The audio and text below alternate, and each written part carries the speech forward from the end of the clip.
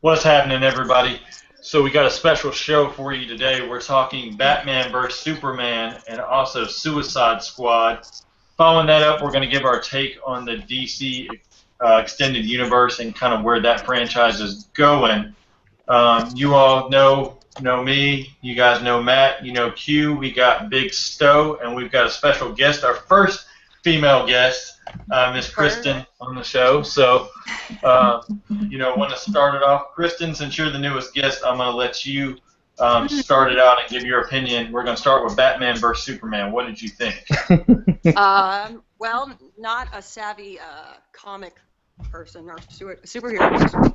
I learned a lot through this. I thought it was a good movie. I'm not real. This is my first Superman movie, really, and Batman movie, so I really don't have a whole lot of knowledge. And I was probably the worst person to pick from, straight out the gate. So Okay, okay. I'd probably go last, and then maybe. I'll tell you what. We'll roll back to you though. Okay, okay. Or drink. I'm gonna jump. I'm gonna jump to Big Stowe. Big Stowe, what do you think, man? I did not.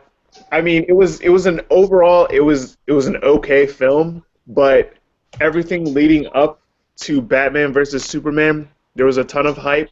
It was advertised one way. We got a completely different film than what was advertised. Granted, they did shout out some comics, and I enjoyed that. But come on, yo, let's think about the fact that the entire fight was solved due to Martha. Martha, please. Like, are you kidding me? Like, the entire fight was more than that in the comic, and it should have been more than that in the film.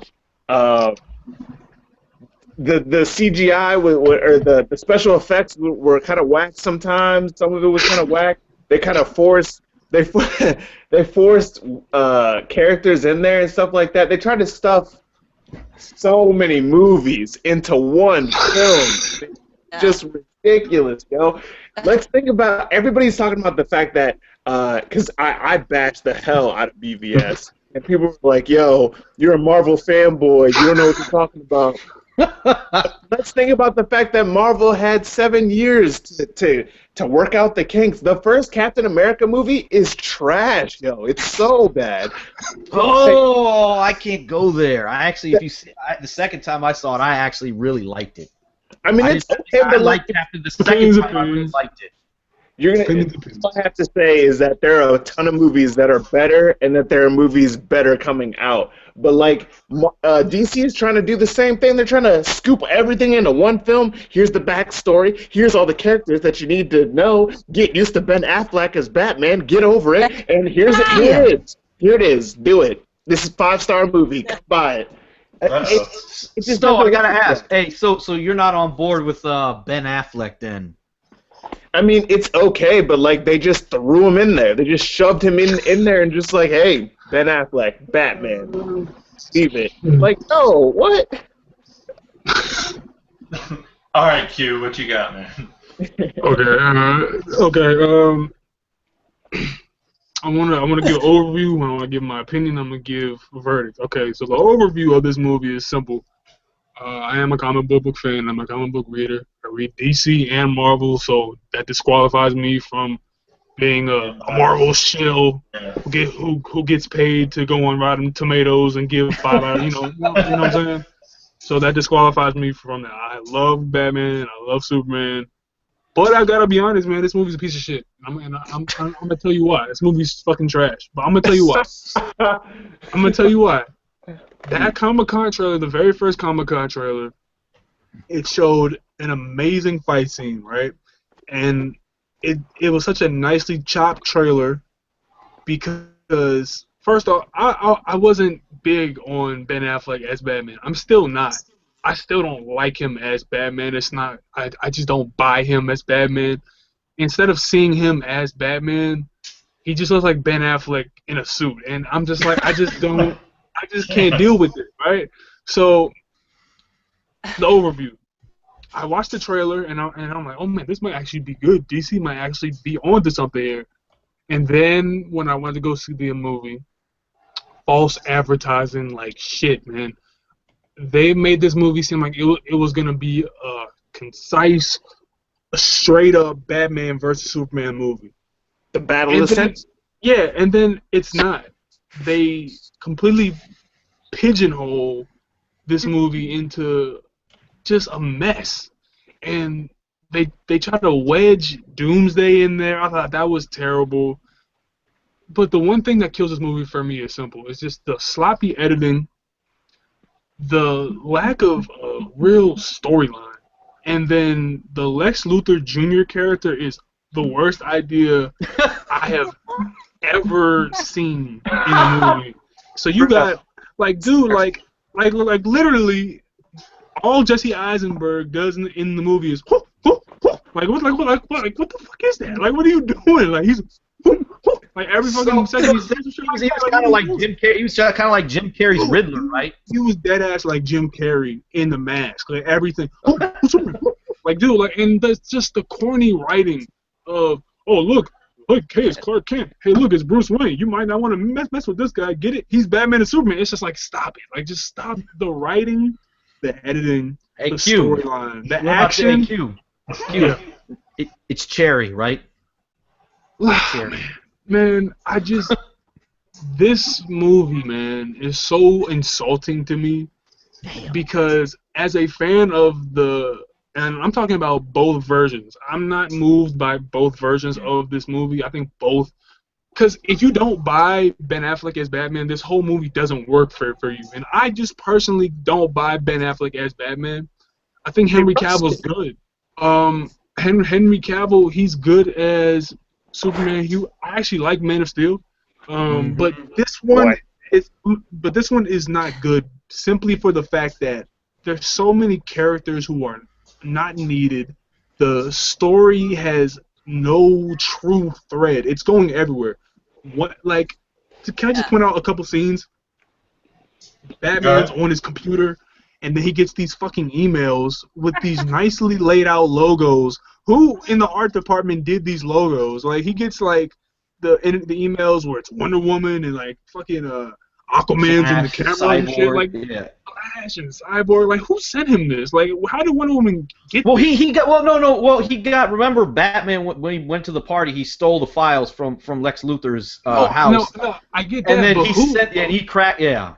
I get that, but how did Wonder Woman have the time to make these logos for them? Like, how did she was just I don't like, think she made the logo. I don't think she got the one that was. Like, it was just. He's a I think it was implied that Lex Luthor made those logos. I mean, dude, Nah. we could have just got just broken zip files, and then we'd be like, oh shit, that's Aquaman. We didn't need. Let me ask you this then: if you don't put stupid logos there, like you don't like the if they take the stupid fucking logos there, do you? Yeah. And they just show the zip file. Still like lame though. No, it's still lame. All right, man. In film, storytelling is key. If I cannot follow your story, then, and I'm not saying that I can't follow this story. It's just that the story doesn't know what it wants to be. Does this movie want to be a setup for Justice League? Does this movie want to be a standalone Batman movie? Does this movie... Because Batman's killing people now, and it's just like, it doesn't make sense. Like, he's blowing people up. I didn't mind Batman. I actually didn't mind Batman killing people. Because I mean, there's a load of garbage. What are you talking about? Yeah, but that takes away from the comic book, though. He did in the original comics, I believe he did kill, and let me say this. Not like this. Nobody made this gripe. Nobody made the gripe. He killed people in Tim Burton's Batman movies. He did kill. Maybe not as brutally as he did in this. Half a comedy. But he did kill in those movies, and nobody said anything. I mean, maybe that's just me. Remember, it was a comedy. In Batman Returns, remember when he comes in, he turns the Batmobile around and he fries that dude. But it's not advertised as a superhero flick. It's more of a comedy. I don't think he killed him. I just think he charred the shit out of his face. Like, I don't know if he killed him. So the thing is, I don't know, man. If my face is getting charred, I think I'm dead, yo. I mean, you can get third-degree burns and still live. Just look at Michael Jackson. So the same thing is. Damn. No, I'm like, is that off the wall? Like, oh shit, pun. But anyway, the thing is. Go ahead, Q. The thing is, man, is that this movie doesn't work from a storytelling standpoint because just point out a couple of scenes, yo. Batman's sleep, and then he has like a fucking acid trip, and like Flash is like, "Don't blow it, she's the key," and it's like, where does that come from? What is this for? Like, and then he's like in some post-apocalyptic world, and Superman snatches his heart. Like what You know is what I this? think? You know what I think? The post-apocalyptic scene. That was all. I think just He had a Easter he eggs. had Like, a weed it was a reason to show the parademons. It was the reason you see the Omega, the little symbol for Darkseid, and then and the little she's the key. I think that was just a let's throw the Flash in here. But the thing is, I'm not saying that these scenes cannot work, but they have to work in a way that it makes sense to the story. That's what I'm trying to say. Hey, and that's somebody that has never really seen a lot of these movies. Coming in, you think y'all were confused. It was really dude, confusing. Exactly. Wrap my head around what was what and where it was going. Yeah, like Kristen, I think Kristen is actually important to the conversation because because a lot of us are like me and Stowe, and I'm pretty sure y'all two are hardcore like comic book fans, right?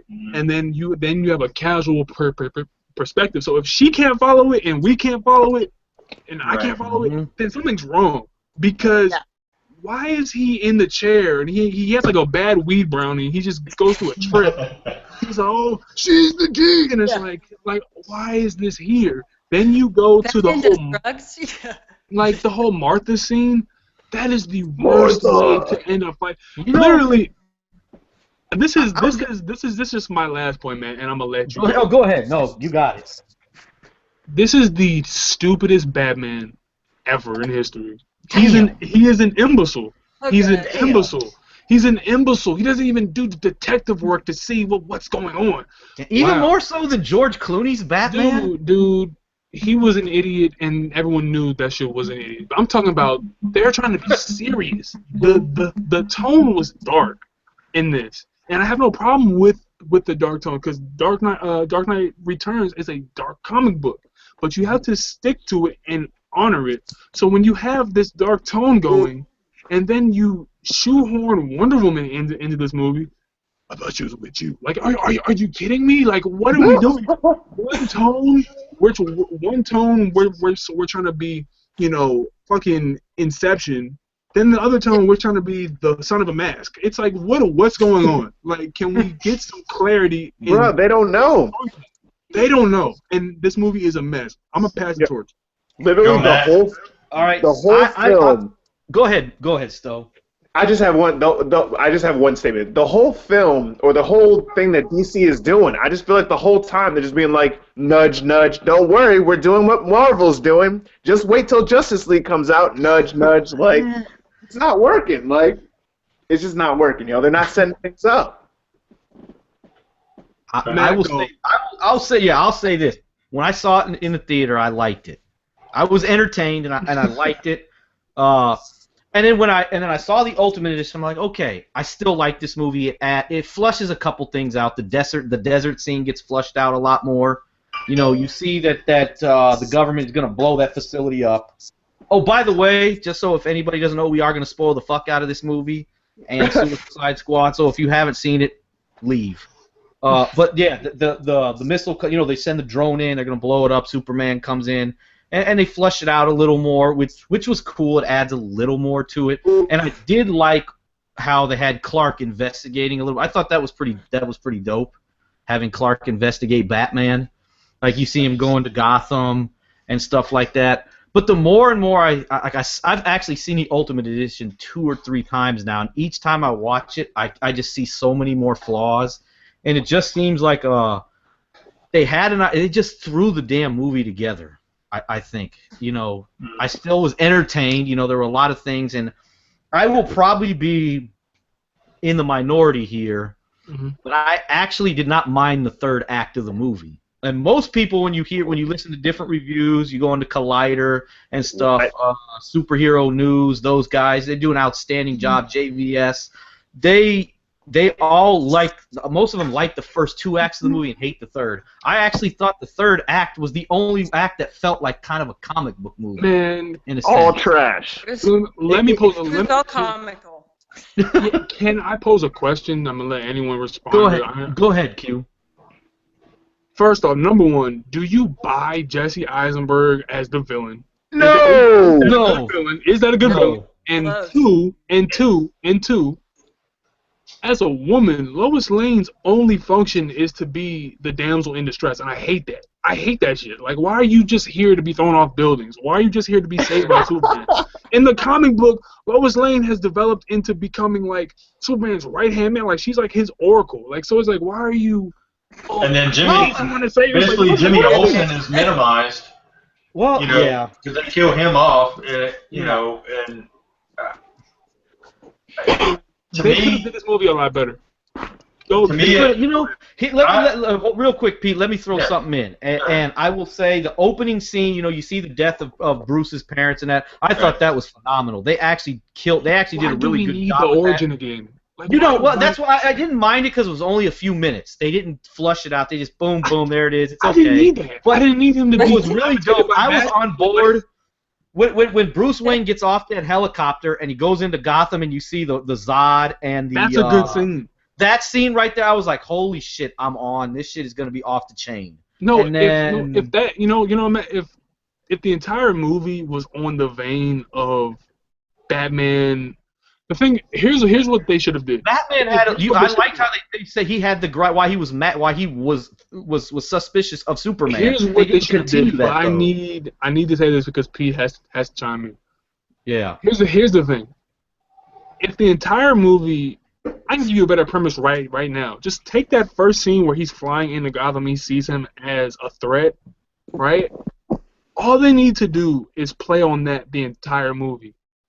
If he sees Superman saving all these people, why are you still trying to fight him? Like that makes no sense. Like Batman sees him doing this. But you know what? What's funny is Alfred kind of made that point essentially that he's not the enemy. Yeah, so it doesn't make sense. That's what I'm saying. This is the dumbest Batman. Like, oh yeah, I'm gonna go fight him. Like, what the fuck? Like, what are you doing? If there is a 1% chance that we must, that is so stupid because I don't understand. And then, like, this movie is anything trash. I don't understand it. Like, well, like, it makes no sense. You can have fun with it. I thought it was, it took me a little bit to actually get through the film because, quite honestly, my wife kept falling asleep. So for me, it's kind of trying to wait on her, to see the whole thing. So I kind of had it broke up in sections. So for me, I thought it was redundant with basically the whole redoing of Bruce Wayne's parents getting killed. But I did like that, they kind of dove into, a little bit of the backstory of Jimmy Olsen. But what I didn't like is they cut it so short. I thought, like, okay, here we go. Here's going to explain kind of how he ties in, and then they kill him off. So I'm like, okay, then what was the whole point of even bringing it? You could have left all that out. Then you roll into you've got Batman, which I'm not a Ben Affleck fan at all.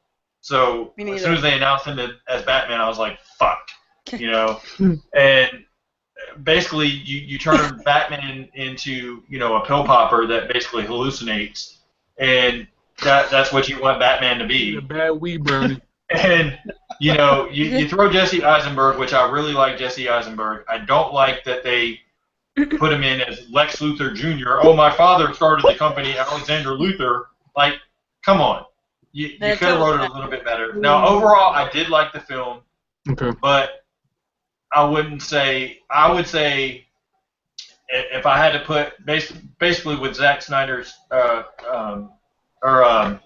if you could give it like A through F, graded.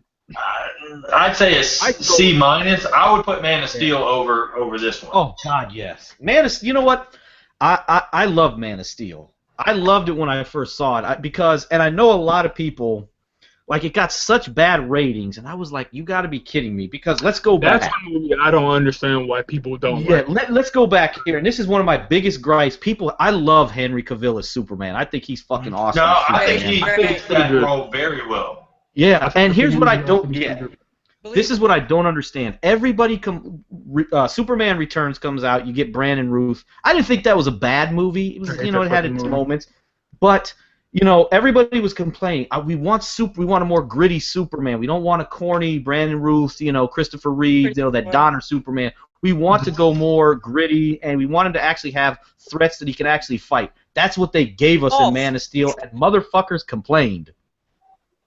Well, you know what? It's because people hate everything ever, because that's just how comic book fans are. People will always hate everything in existence that ever happened. And the thing is, look, the only thing comic book fans probably complain about that I saw was him snapping Zod's neck. So what? I really had zero problem with that because this is the beginning of Superman, right? Exactly. He's learning about his powers. Yes. The thing is that I've always said that in Man of Steel, if you were a young Kryptonian, you were just learning how to use everything, and you were establishing your code as a hero. It's gonna take a traumatic event for you to say, never again am I killing somebody.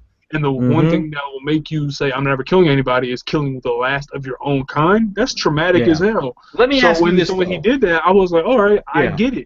Let me ask you this. You know, in the desert scene, because a lot of people complain, because that, you know, the gripes in Man of Steel, he killed Zod, he snapped his neck. We don't like that. That's not Superman. Okay. The desert scene when he flies that dude through the wall, the dude that has the gun to Lois Lane, did he kill him? You don't really say he did. I don't think he did. But Superman said to Batman, if I wanted you dead, you'd be done. Yeah, you'd be dead already. Be dead already. So I think that he knows how to forcefully move somebody through a wall with. Because see, that's what I was thinking. If he has him and he's flying, his fists are going through that wall before that dude's head. So all right, I don't think he died. So Matt, what do you think? A through F for this movie, you know, grade. I would give it a C minus probably, because there were moments like, and I think we can all agree, like all of us, that warehouse scene was off the chain. Let's not lie. When he's fucking that was dope. That was dope. No, the thing is though, is that dude, the problem is that, you know, and much like the next movie that we're about to talk about, there are 4 movies in one in Batman. And that's not good. That's what I was about to say. For we had a Superman movie, we had a Batman movie, we had a Lex Luthor movie, and we had the Death of Superman movie. And we had a Wonder Woman miniseries. We had a Wonder Woman movie, and then we had a fucking Dawn of Justice movie, and it's like, what is this? What is this? Right. It's like they were trying to. They spliced it up so much. I know for a fact. The problem with DC, and we're gonna break down DC, but just very quick, the problem with DC in these movies, especially with this movie in particular, is that I feel as though in the writing room they had a concept, and they were gonna say, you know what, let's just have this play out as Batman vs Superman only. This is what we're gonna do. It's gonna be only those two, no Lex Luthor.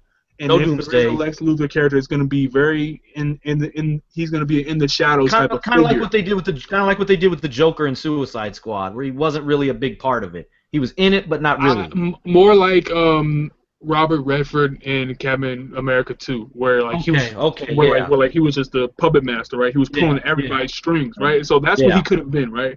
So instead, they say, you know what? Nah, dude, we got to set up Batman being in the Justice League, we gotta force Superman dying. He's just like, nah, why? I know for a fact, because I know Zack Snyder. And Zack Snyder is a guy who makes the movies he wants to make. But the studio and Warner Brothers, they always condense his movies down. They got scared. No, it's like, have you seen The Watchmen? People really complain about Watchmen's theatrical release. But if you watch that 3.5-hour movie, that's probably some of the greatest film you will ever see. There's a 3.5-hour ultimate cut where it has like the Black Baron. I forget. It's the comic book that like the little kid is reading. There's like 3 hours of The Watchmen. There's so many scenes where it breaks down the characters and what's going on and everything. And that's his movie. That's his cut.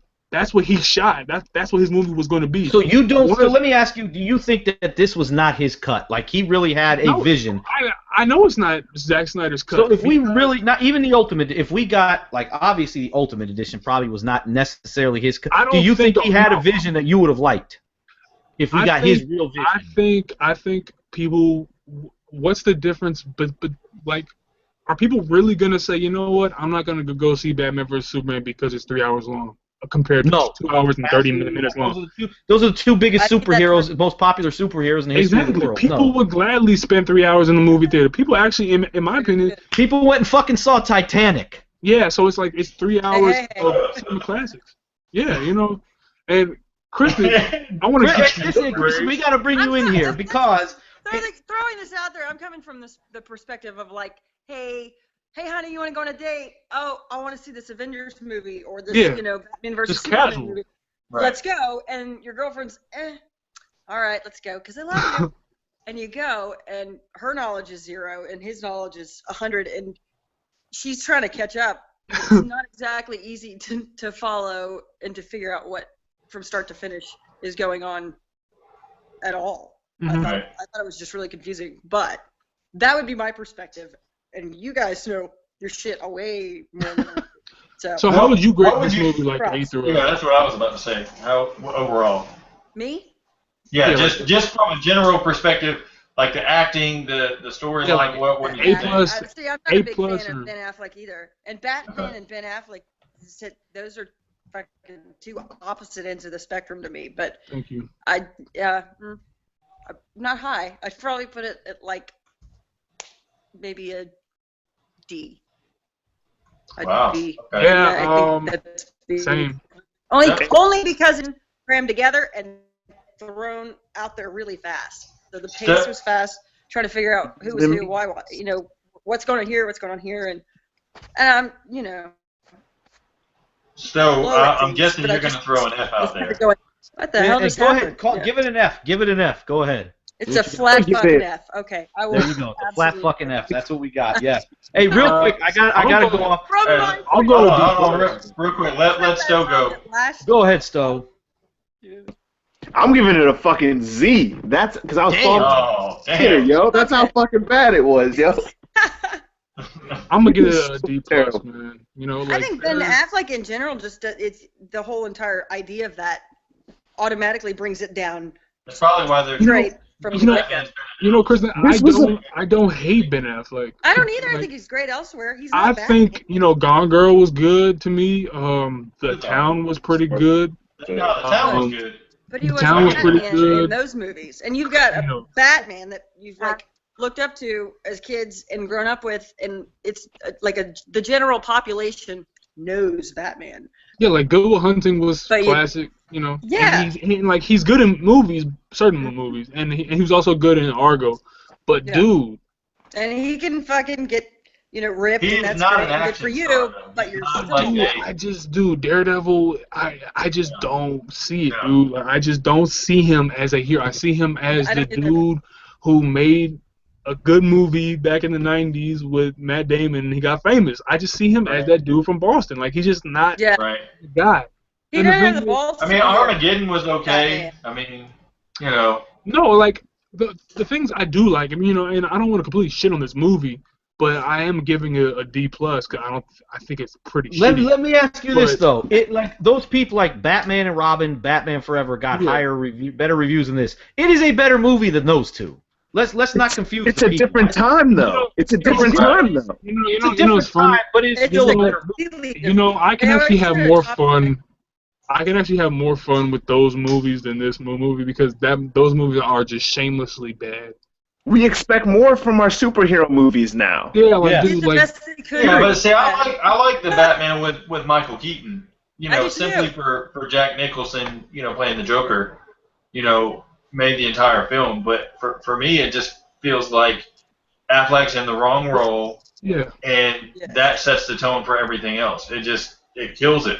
Well, I gotta give some positives, because I did give it a D+.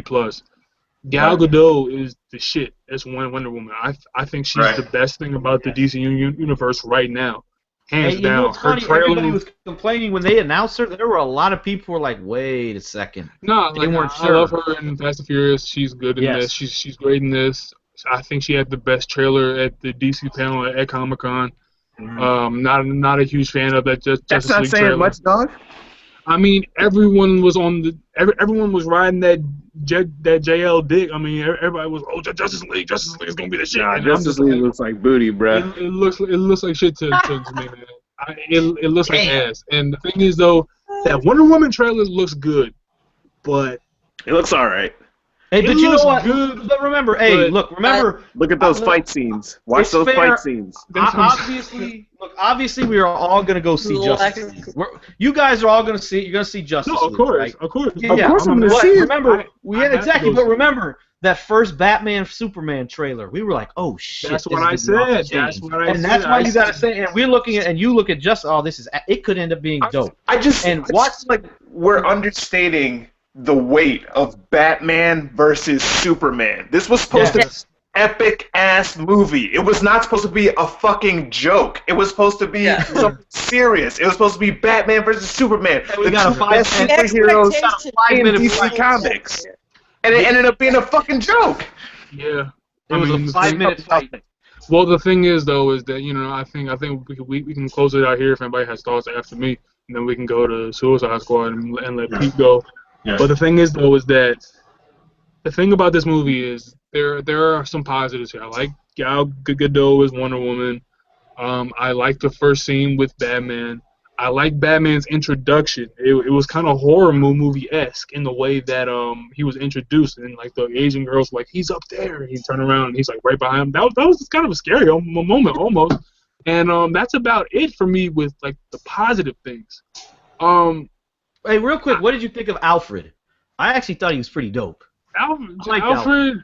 I mean, I love Jeremy Irons because he's fucking Scar. So I mean, I really don't, But he wasn't like he didn't have that big of a role for me to be like, holy shit, Alfred was the shit in this movie. It's just like, I want to bring this full circle because Stowe brings up the greatest point, is that if somebody told you 10 years ago, hey, there's gonna be a Batman versus Superman movie, right? The whole world. You know what? They did kind of tell us that 10 years ago. They did, but the thing is, though, is that the whole world was clamoring for it. Holy shit, are they gonna have Christian Bale as Batman?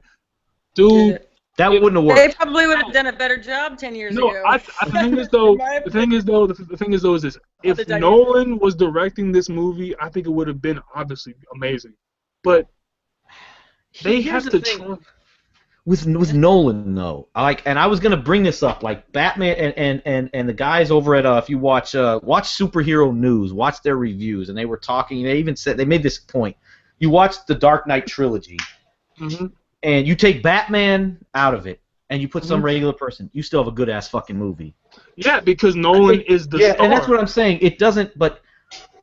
And maybe, I don't know, it just never, I love those movies, but it didn't feel like a comic book movie to me. I know what you're trying to say, but that's what I love about it, and that's what people like about it, is because Nolan is grounded in reality. It's like, if there's a billionaire playboy, that's why I say become Batman. Yeah, and that's why I say that Batman would not work in Batman versus Superman does not exist in a reality. Of course. I'm just saying. Look what they did. I'm just saying, like off of a completely different thing, man. I'm saying is that if this was a completely separate universe, and then they introduced like a new Batman that they cast, and instead of Bale, and it was just directed by Nolan, then I think it could have been dope. But either way, let's go ahead and move on, Pete. Yeah. So rolling into Suicide Squad, basically. To me, it sets up, for all those we're spoiling shit. So basically, sets up Justice League at the end. I'll go ahead and give my thoughts first because I'll probably have to roll out of here before everybody else does. But overall, I thought that it was, I guess I don't know if it was, the studio, what it was, but basically. To me, it was the Harley Quinn and Deadshot show, and I would have liked to seen more of like the Killer Croc and that kind of focus instead of focusing on the Enchantress and Rick Flag, June Moon storyline, which I thought was shit. Nobody cares about their romance and all that.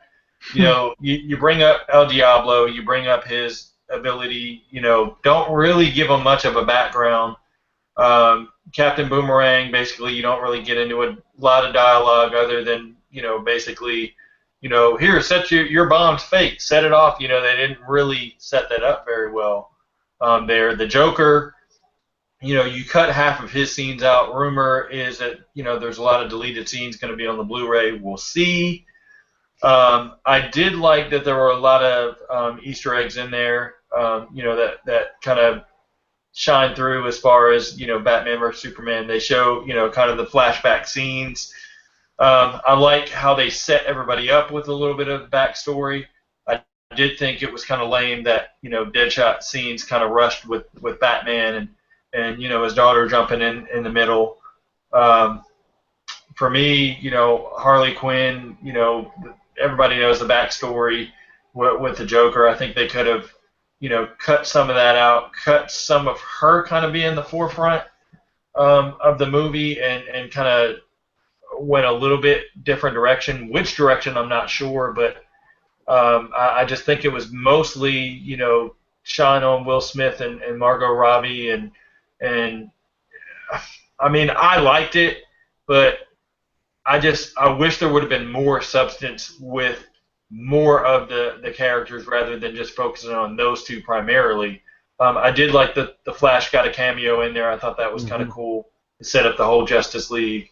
But I really think that grade-wise, I would say, I'll just go ahead and give mine. I would say probably, C+, just for the fact that I wish there was more character development overall. Okay. But go ahead, Q, you go. No. What you think about the villain? What now? Oh, God. What'd you think about Enchantress? I mean, I thought the whole heart thing, it wasn't my favorite thing. Her bringing her brother in. I mean, it could have been more. I mean, to me, that instead of, I will say, like when she had everybody hallucinate and everybody said what their desires were and all that. I thought that was kind of cool because it gave you a little bit of a background of, okay, this is what everybody would want. I thought that was cool, but outside of that, I mean, wasn't the biggest fan of that plot. Let's say. Okay, I'll pick it up here. Once again, I'll do the same thing. I saw this trailer last year. Was not in love with it. Did not. Are you talking about the Comic-Con one? That they released I saw right it. Comic-Con? I saw the Comic-Con trailer for Suicide Squad, and I was not impressed. I was like, okay, this looks like it's gonna be okay. I mean, I'm not really vibing with. I'm not really feeling this. I'm not really feeling what I'm seeing right now. And the campaign for the movie became a lot better. It got a lot better.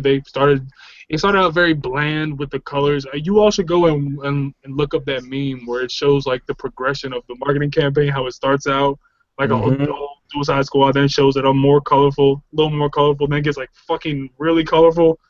And I wasn't feeling it, man. So fast forward this year, I had really no hype for this movie, and after seeing Batman vs Superman, I said, oh no, this movie is shit. So I'm not gonna go see Suicide Squad, right? So I'm thinking, oh, Suicide Squad is gonna be terrible. I go to see it. All the reviews come in. It's getting 26% on Rotten Tomatoes. It's got worse reviews. It's got worse reviews than BVS. Yeah, and I'm clowning the DC fanboys. I'm like, oh, y'all suck. This y'all franchise is trash. I'm just playing the Marvel fanboy role because I live for trolling people on Twitter. So it's I was actually a big fan of the trailer. And then I saw the movie, and I didn't think it brought as much oomph, so to speak, to kind of just. And that's exactly where I'm going. Yeah. And the thing is, though, Kristen, is that this movie, to me, when I went to go see it, I'm sitting in the movie theater and I'm laughing, and I'm like, wow, okay, this movie is not terrible. Yeah. But that was my first thought too. But I have to quantify this movie in relatable terms. This movie is a pretty girl that makes you laugh, but she's solid. dumb as shit. Like, she has no substance at all. She doesn't know how to spell. She's not smart. Oh, man. She hasn't But been I'm to not gonna school. lie, that's probably She's the Kelly main Bundy. reason that Yeah, I like, dude, actually yeah, like, enjoyed part yeah, of like, the way that I did. like, She stole the show. like, dude, this movie is literally like the Harley Quinn of movies. It's like, Yeah. okay, like, yo, yo, she's bad, but like, she's an idiot, and I mean it in this But way. she's so hot, like stupid hot, that like Yeah. I'd turn for a girl like that. That's Yeah, like, ridiculous hot. Yeah, and the thing is though is That's thing kind is, of what, though, is the that girl angle. yeah, and and the thing is though that this movie, it just has no substance, man. And I can't say I like this movie. I can say I laughed during this movie. I can say that there were scenes during this movie, but this movie did nothing to restore my faith in the DC universe. And I'll give you some quick points why. Number one, people were saying how amazing Jared Leto was as the Joker. I'm not sold on that. I'm not sold on it. I can understand why people would be sold on it. I can understand that, but I wasn't. I was watching it like I'm just not really feeling you, dude. All that chit chat's gonna get like, come on now, like, dude, like, what are you doing? Like, Jack Nicholson, though. Jack Nicholson is Jack though. Like, all right, I can explain the difference. The moment that they said that the Joker was gonna be inspired by Instagram drug cartels, I was like, no, this movie's done already. This movie's done. This movie is done already. He's in the shiny suits. He's a fucking pimp. Like, it's like, dude, like, they took him straight out of a Puff Daddy video. Dude, he looks like Joker looks like he signed the Cash Money, dude. Like what the fuck are you doing, man? He looks like he signed to Lil Wayne. He looks like he's signed to Lil Wayne, man. It's like, what are you doing, dude? So like, he's like Machine Gun Kelly, man. It's like, what are you doing? Like, this movie did nothing to restore my faith because Joker, I was not feeling him. Deadshot was that really wasn't Deadshot. Pete's got to roll out. So we're gonna finish the show without him. But all right, Pete. Salute. All right, man. But anyway, like, the thing is though is that Harley Quinn was good, but I think I was saying something else. Oh yeah, Will Smith. That wasn't really Deadshot. That was Will Smith being Will Smith. Like, that was him being. That character in general confused me. I remember texting him going, "What the hell just happened with this? Or what happened with that?" It was just a confusing character at first for me, so to speak. Yeah, and for everybody who doesn't know, Kristen saw this movie last night. She sent me a text like, who is Will Smith? It's a late show? Yeah. Yeah. Who's the guy with the tatted up face? I'm sitting there back and forth. So like, I was literally breaking this down. All right, so the thing is that I have to tell you all why the movie's bad. I have to all tell you, like, the movie's not good. I have to tell you all why it's bad and what my verdict is. Okay. The movie is bad to me because when I'm watching it, like I said, I can have a couple laughs, but literally nothing happens in this movie of consequence. No, nothing is really. There's no story in this movie. There's a whole bunch of exposition. There's a whole bunch of flashbacks, and then they're just thrown into the city situation where they're like, "Hey, go take out these people." Where the fuck did they go? Like, and the thing is though is that they're like sent in there, and then you're like jarred by seeing these raspberry people, like the putty people. The fucking raspberries, dude. They're like the charcoal people. Like, dude, they look like gravel. Like, they look like gravel, and like I'm jarred by that. Voices. And like, yeah, and I'm just like, where did these people come from? And that's indicative of the entire movie. I was like, who's the good guy? Why are they hanging out with the cops, so to speak, or the. Here's the thing. This is a good point. Kristen is bringing up a very good point. As the casual moviegoer, she sends me this text. Where are they going in these helicopters? Because I can't tell. She had no idea. So how does the average moviegoer feel? They see this movie, they say, "Oh, the Joker's in. I'm gonna go see this movie." Yeah. They're watching it. According to you, though, it was a top secret. I couldn't. No. What I meant by answer. that was I didn't want to tell you who they were going to rescue. No, I at know. the time. That's what I meant by I that. sat there waiting and waiting. Yeah. Like I was kind of like when that happened. Like remember when they go in there, they get to the top, they go in and Amanda Waller's in the building. Like I was like what the fuck is the point of this? What I had a so like that. I think you have to like just quantify why it's bad, and I don't want to just give a whole bunch. Oh, it's bad, and I tell you. So, like I said, there's no story. At the very beginning, it's just a whole bunch of exposition. It's a whole bunch of, flashbacks. It's a whole bunch of, well, look what Batman did to me. He threw me in here. You get a good scene with Deadshot and his kid. That's a good scene.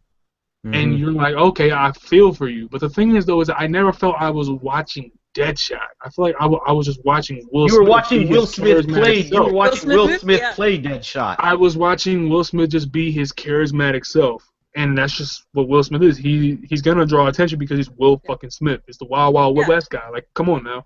So you don't ever assume he's gonna be a bad guy either. So and I never once thought that. So but you know what they did? You know what they did though? You notice they kind of humanized him a little bit, and they kind of made him a good guy. And they kind of did make him a good guy. And the thing is though is that they made him Deadpool. Yeah. The thing is though is that exactly what they did. The thing is though is that they made him Deadpool. And I didn't really enjoy that aspect of him because Deadshot is just a guy for hire. Like he's in the comic books. In the comic books, he has no empathy, he has no sympathy. I don't know if he has a child. I'm not that versed in the Deadshot comic books. So well, you know what? He's not that main. He's not like a well-known character within the DC universe. No, but I remember my reference point for Deadshot is the Batman Arkham Knight. The video game? No. The animated anime movie that they did right around Dark Knight came out, and it showed Deadshot. He's just murking politicians and shit, and like he has no empathy. So Batman comes in and kicks his ass, and then Deadshot says in the movie this line where like he was like, "There's no one I won't kill for $1." So when he's like, "I don't kill females and children," it's like, no, your response is like, to go, and not like he's like, I don't kill females and children. It's like, no, you do kill females and children for money if they pay you. So it's like I didn't understand that. So for them to make him into like this Deadpool character, because in Deadpool he's an assassin too, but he's trying to find somebody and kill them, but he has this girl that he's also in love with. So so the parallel was too close. I never felt like I was watching Deadshot. Harley Quinn. It's not as believable, and it's a little bit on the comical side. Like Harley Quinn was good. Harley Quinn was great. good. I thought she was great. She was good. Probably the reason I stayed in the movie most of the time. A couple corny lines here and there, but I mean she was good, and I believed her as Harley Quinn. Killer Croc, that was just the biggest disservice that you could do. They did too many fucking stereotypes with Killer Croc. Killer Croc was horrendous, man. It was just horrendous that he was saying bruh and shoddy and that's what I'm saying. He was too many stereotypes. Dude, it sounded like he was a no limit rapper. Like it was so bad. I felt like he was signed to Master P for a second. I was like, dude, what do you? He said, I ain't asking, bro. It's like that's not who you are in the comic book. No. Killer Croc. And let me just give some context. In the comic book, Killer Croc, it has a skin disease that, and they told you this, but he has a skin disease that turns him into like a scaly creature. And in the beginning of Killer Croc, he just wants to be left alone. He wants to be in the sewer. He wants to be in the shadows. He doesn't care, and it's a sympathetic character because he just wants to be normal. Yeah. So, he's just a normal person. So, and he has to eat, and you're not gonna really get a whole bunch of pigs in the sewer. So you got to go up on top, and it's in his nature. So he eats human beings. So that's why Batman is always beating him up. and you feel bad for him because he's still a man, but at the same time he has an animal nature that makes him do what he does. In this like when he dives back in and says, "I grew up in these places, you know, like I know these places. It's my nature to be around there." And he jumps in the water. You're kind of like, I had a sympathetic moment where it's just kind of like, you do feel for that character, and I'm not one to feel for a character that looks that way. Yeah, and the thing is though, persona. all right. So the thing is though, is that just wrapping up my quick thoughts, just didn't like Joker. He acted nothing like the Joker to me. He just acted like a dude, and like he acted like he was high on coke. And the thing is though, if that's what he was going for, then cool. But dude, he acted like he was a cokehead. Like he acted like a drug cartel guy. And the thing is though, Joker is not that. Joker is a jokester, and there's no That's plot. Probably why I liked him, only because I don't know the background there. But yeah, you're dead on when you say he looks like a drug addict, and he acted like a drug addict in the movie. Dude, he did. Like, nothing. You're thinking, he's that's making people kiss his ring and all that stuff, and I'm just like, it's over the top, and I'm just like, this isn't Joker. So, and another thing I have before I pass on to somebody else is the matter in which they tried to introduce the characters was cool. Yeah. But then they didn't do it for any other characters, and I hated it. And you know what? Go, man. Yeah, I was gonna say I gotta totally agree. You got the Harley Quinn introduction, you get the Deadshot, you get the Joker. Of course, basically the whole movie was kind of Joker, just introducing the Joker, kind of. Yeah. Like he wasn't in it a lot, but each scene, it was just here. He's in it 2 minutes here. He's in 2 minutes. They give him. Hey, that's the Joker. We all know who he is. The one I wanted to see more of, honestly, and I'm not a fan of him as an actor, is Jai Courtney, but I thought he was fucking phenomenal as Boomerang. For what they gave him, he actually, for Jai Courtney, that's maybe the best role he's ever played. He's usually lame, and there's no personality to him. But he actually gave Boomerang some personality. I want to ask you this. I want to ask you this also, Kristen. There's so many characters in here, and there's no stakes. There's nothing up for grabs in this movie. Like you don't feel like anyone's in danger. You don't feel like anyone's really about to die. You don't know what's going on or what their main goal is in the movie because navigating or why or what the fuck's going on. Because the very beginning is nothing but flashbacks, exposition, right? Then they're thrown into this city and they're just told, go find this person. And it's like, why should I care about this villain? Then the villain, Enchantress... And we didn't even know who they were looking for until they break in and fucking Amanda Waller. And that's another one of my biggest gripes, dude. In the trailer, they make it seem like it's Joker versus the Suicide Squad. You know what? You know what they should have done. That's what they should have done. The Joker should have been the main villain in this movie. He should have been the main villain. Yeah. This movie, I liked them. Let me give an overall. Versus. Yeah, you know what? This movie was entertaining. It was a fun movie if you take it for what it was. It was very fun, and even you said, Kristen, it was the pacing was pretty good. It was boom, boom, boom. You were into there were it. Funny moments. It was but it made me laugh. Yeah, exactly. Yeah. It was a fun movie, but they should have made the Joker the main villain, because instead they make Enchantress the villain, and it's like, well. And then here's the thing, and they said it on Collider videos. Everybody's got to go check out their review. You got Enchantress up there, and she's doing her all that dancing and shit. Like, come on, what the fuck is this? Jazzy dancing, yeah. Yes, that was terrible. It was awful. It was horrendous. They didn't need to do that. And I want to say this, Q. What did you think when El Diablo went nuts and he turned into that demon? It was good, but it was a missed opportunity. Because that was supposed to be that moment in like the Avengers where Banner's like my secret is I'm always mad, and then he turns into the Hulk.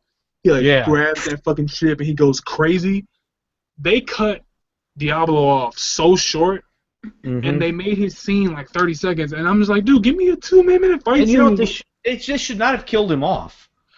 I don't know. The thing is, though, we don't know if he's dead. But the thing is though is that is true. The thing is though is that they can bring everybody back to life. Can I just pitch you all a better movie than what this movie was? Go ahead, because I know you got Please. ideas. No, let me just pitch you a better movie. I'm pretty sure you will. And all right, so think about this, right? Suicide Squad. So you have the all right. Keep the first act. Keep the entire first act, right? Keep the first act all the way up until where Enchantress is in like that government room with all those generals and shit, right?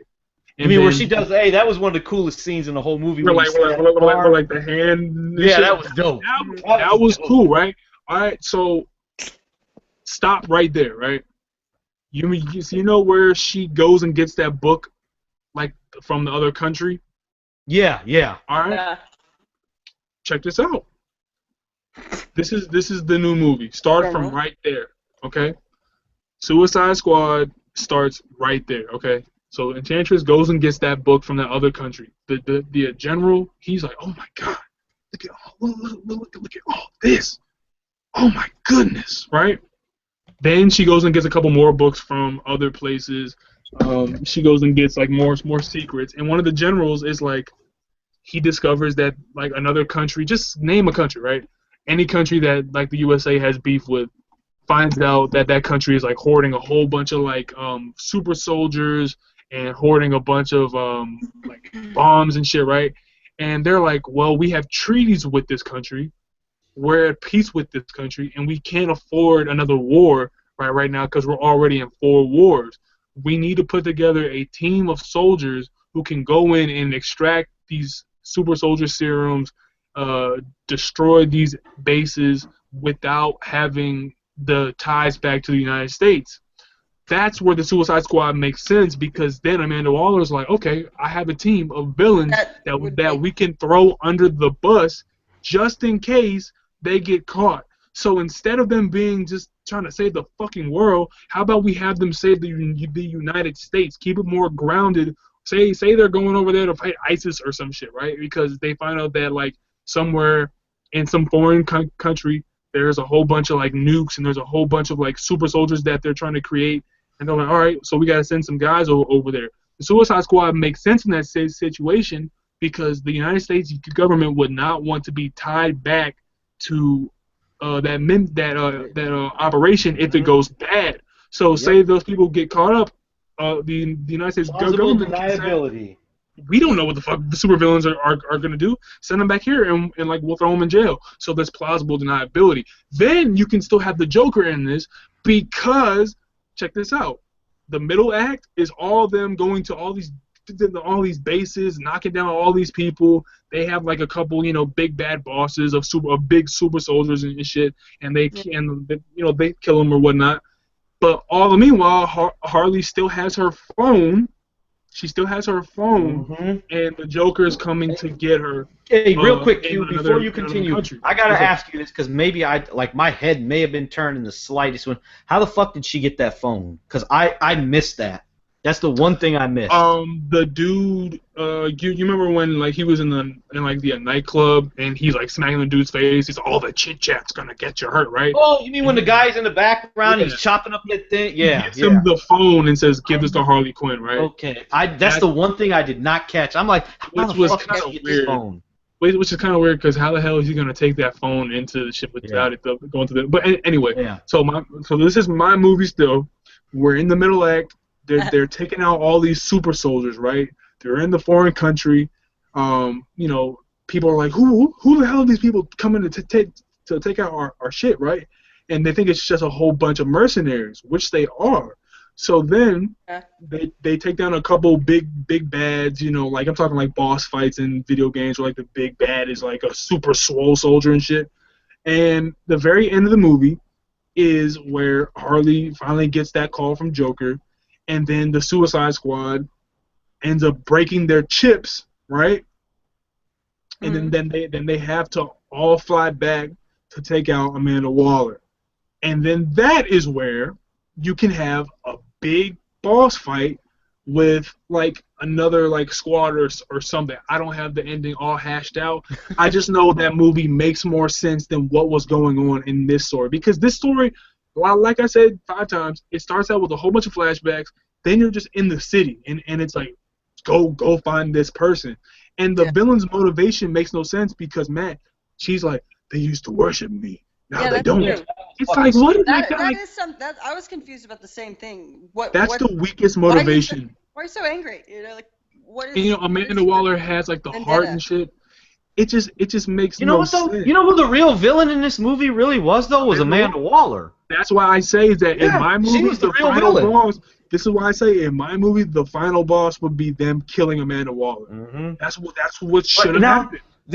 I'm going to jump into this because now, and Kristen missed this. I tried to warn her. I said, look, I texted her. I said, you need to stay for the mid-credits scene, but she missed it.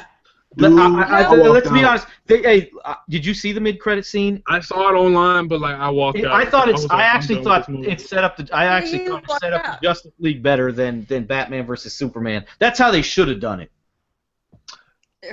The thing is though that the story didn't make sense, so for them to set it up like, okay, fuck the Suicide Squad, let's get a Justice League. It's just like, what? It's like, so this whole movie didn't need to happen because Batman was like, all right, scrap this whole shit because we need a Suicide Squad. Hey, for all those, we need a Justice League. Yeah, and for all those who don't understand, I had to break this down to Kristen. The reason that the Suicide Squad was formed is because, and we know he's coming back, but for all intents and purposes, Superman is dead.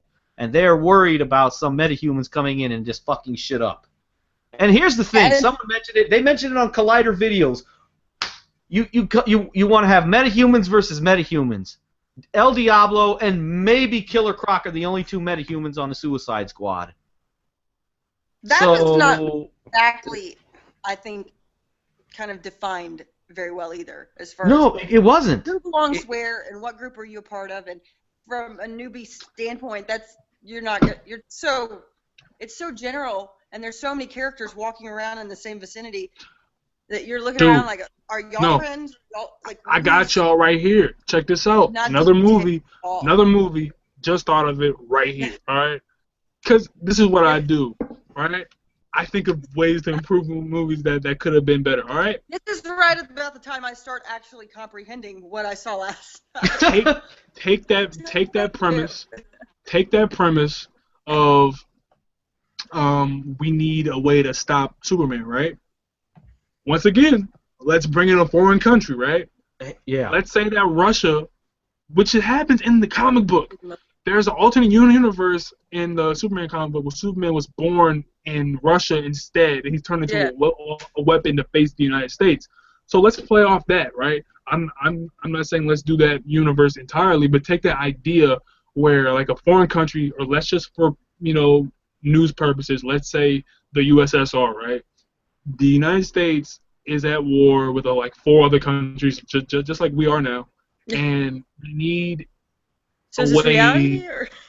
Yeah, basically. Let's just because it is grounded in reality, and people can relate to that. You could make it more dope if it was reality based. So the United States is in the Middle East. Every fucking country is getting blown up and shit. We're bombing every country, right? And the United States government is like, we cannot afford to get into another war. But the thing is, though, is that we need to tighten up our homeland security. And Superman, we're lucky that he, like it says in the movie, we're lucky that Superman, he's on our side, right? Yeah. He's on our side. So let's bring this in. What is the United States' worst fear in this scenario? That another country has a metahuman that is not on our side, right? Like General Zod, another Kryptonian, right? So the Suicide Squad, I don't like the idea of them going up against a super strong villain. So let's invert that into this. The movie's premise should have been this: the Suicide Squad goes over to a foreign country because the United States just got intel that a place like Russia, Afghanistan, or whatever the fuck it is, has a serum that can turn people into meta-human soldiers. And if it is used on people over there, then that will bring about the destruction of the United States. Mm-hmm. So you have a reason for the Suicide Squad. You have an assassin. You have this crazy person. And then you have plausible deniability. So the biggest fear is, oh shit, what happens if Superman isn't on our side? well, there's another country that's trying to make Supermen that won't be on our side. So let's send them into this country to sabotage this, steal the serum, and bring it back to the United States. Mm-hmm. I'll play devil's advocate on the reality end of things, because I've heard others say this before, but as far as this kind of movie goes, a lot of people like to escape reality. Yeah. And they like the big, over the top, not so realistic moments, and that's why they like them. But then coming in from a reality standpoint, we see the news every day, and then we see all this shit happening, and people are scared constantly. So to go to a movie, is that technically an escape now, or is it how do you determine what the general thing is? That's a good point. Yeah, that's a good point though, but I see where Q's going with this. It gives you hope because you have these guys that are going in there. No, I totally get that. They're destabilizing the threat. Yeah, so it's like that's what they should. I'm not saying that I'm not saying that they could have completely made this grounded in reality, where it's like only this happens, because you have to have some sort of like a metaphysical type of like a metahuman experience. The thing is though is that they could have did that where they showed like these superhumans, right, and those could have been the big enemies for them to fight, while trying to extract this like formula or serum that turns people into that. That's what makes them useful. Mm-hmm. Because if you're trying to tell me that, Deadshot, I wonder. We know I wonder if they could have. We know Steppenwolf is going to be the main villain in Justice League, right? We know it's Steppenwolf. That's what's come out. It's going to be Steppenwolf. Isn't that like Darkseid's like cousin or something? He's like his number one. He's like his dude. That's like his guy. So I wonder if they could have done a thing where Steppenwolf is working with another government. Like, as dumb as it sounds, but like they're working hand in hand with Steppenwolf. All I know is that this movie shouldn't have taken place. All I know is that this movie should not have taken place in the United States. It should have been overseas, somewhere, man. It should have been. Here's the thing, though. This was mentioned. Know that in this movie too. Exactly. See, they don't tell you where this is at. Is this Gotham? Well, they did. They said it was. No, though it wasn't. It wasn't Gotham. It was. Hold on. Chicago? No. It was. Give me 1 second. I'm going to Google this. I'm gonna. See, Matt doesn't even know. He just know it was. They mentioned it was. Midway City. Midway City. Okay, so Midway isn't it fucking Flash's town? No, that's Keystone. And here's the fucking thing that's crazy. I read. I'm not I was never the biggest Marvel. All the comic books I ever owned, and you saw it, Q. I showed you my official copy of the Death of Superman comic. Yeah, it was all DC. Yeah, I never really followed but this is one thing I don't know much about Midway City. When they said, I'm like, what the fuck is Midway? Is that Flash? I thought that was Flash's city, but the thing is, though, is that if Flash exists in this city, why can't Flash take care of this threat? That's why it doesn't make sense to me. Mm-hmm. Is because. Remember though, Flash is just kind of. It's kind of going to be like a Flash origin in a sense. He's just starting out. If Flash is like, this guy, and people know of him, then why isn't he taking care of it? Why haven't they flown Batman in to take care of this threat?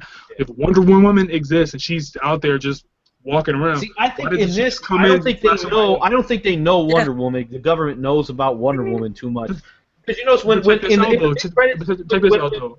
Amanda Waller gives the file, you only see 3 names in there. You see Enchantress, you see Aquaman, and you see Flash. But check this out, man. If they exist in this, all right, and let's just say that they were busy. They were having a fucking frat party or something. Aquaman went back to Atlantis. Yeah, let's say Aquaman had to go bang some chick back home. Like, we don't know, all right? And this threat had to be taken care of. They could have sent in anybody else to do this. This movie was not unique for the Suicide Squad because, like I said, I'll say again, they're in the jail, then they're in the city. What is Katana doing? You know what? Yeah, exactly. Katana was wasted. You know what they should have done, and they mentioned this. I forgot. I watch a lot of those big time guys on YouTube that review all the movies. They know their shit more than I do. Like Chris Stuckman. No, I'm talking about like Collider. Yeah, Collider videos. Do you watch JVS? I watch Collider, Stuckman, and go look up Jeremy JVS. Johns. Go watch JVS. They do all movies too. They're outstanding. I like Emergency Awesome. That's to my watch guy. that. Yeah. Mercy Awesome. He's like a huge comic book nerd. He always uploads videos. I feel like I need shit. to be writing this shit down. Like, You know what? You know what? I'm gonna send you the. I'm gonna text you at when we're done here. I'll tell you go on YouTube and watch all these people. You're gonna like it. We have a DM, right? So I'll send y'all this. But the thing is, though, I'm gonna up my skills on this. I keep telling Chris she needs to be more onto Twitter. She does not use Twitter much. The thing is, though, is that get you on there. I want to touch on the characters. Diablo, he was wasted for half this movie. For like 70% of this movie, He did nothing. He just sat there and did nothing. He was like, hey man, it's not my fight, Holmes. It's like, dude, it's not my fight, Holmes. It's like, what? Why are you even here then? Then in the end, he gets this big reveal, and like I was like, oh shit! When I saw that was dope. Hey, that was dope when he turned when he turned into the fucking fire demon. I was like, oh shit! But then he dies like 30 seconds later, and I'm just like, that's such a wasted moment. But like you said, did he really die? Because it's Mark really back. Yeah, they can bring him back. He dies on screen, right? Superman dies on screen and fucking back. Yeah, and the fucking rock, he ain't dead. The fucking rock. We know he's not dead. So the thing is, all right. So Diablo comes up, and I'm like, oh man. But then it's a wasted opportunity because I feel as though that he died way too early, and I'm sorry, he went off screen way too early, right? And that could have been like a 2-minute fight scene, and that could have been so nice to see. But instead, he gets a 30-second. He gets like 3 punches, and that's it. Another Katana. I have no emotional attachment to her character. And I don't know much about Katana. I know, isn't she in the Arrow TV show? I don't know, but I just know from her. I just know from certain comic books. I know from certain comic books that like her husband was killed by like this like shinobi and his soul was in that sword. And like her like all the enemies who die from the sword are trapped in there, and like the of the sword keeps the sword like, sharp and shit. It's a cool story, but then they had her crying. They had her crying, and you have no attachment to her. Like, okay, no. Yeah. Oh, my husband, I'm so sorry. It's like, her husband, but you wouldn't know any of that if you're. No, you know what? The best scene with Katana was when they get on that helicopter. She jumps on the helicopter and she's talking in her language, and Harley's like, "She's nice." Yeah. Yeah. She's like, nice. She's like, should I kill her? And he's like just like, no. He's like, no, it's just. All right, another thing. Rick Flag. The monotony every 30. Another thing, though. I feel like there was a lot of 30-second moments in that movie. Dude, it would happen and move on to something else. What's the name of the guy who like jumps around? He got his head blown. Slipknot guy. You know that scene? Here's the fucked up thing. I did not know that till today. I looked it up. You know that scene is damn near straight out of the comics. It is.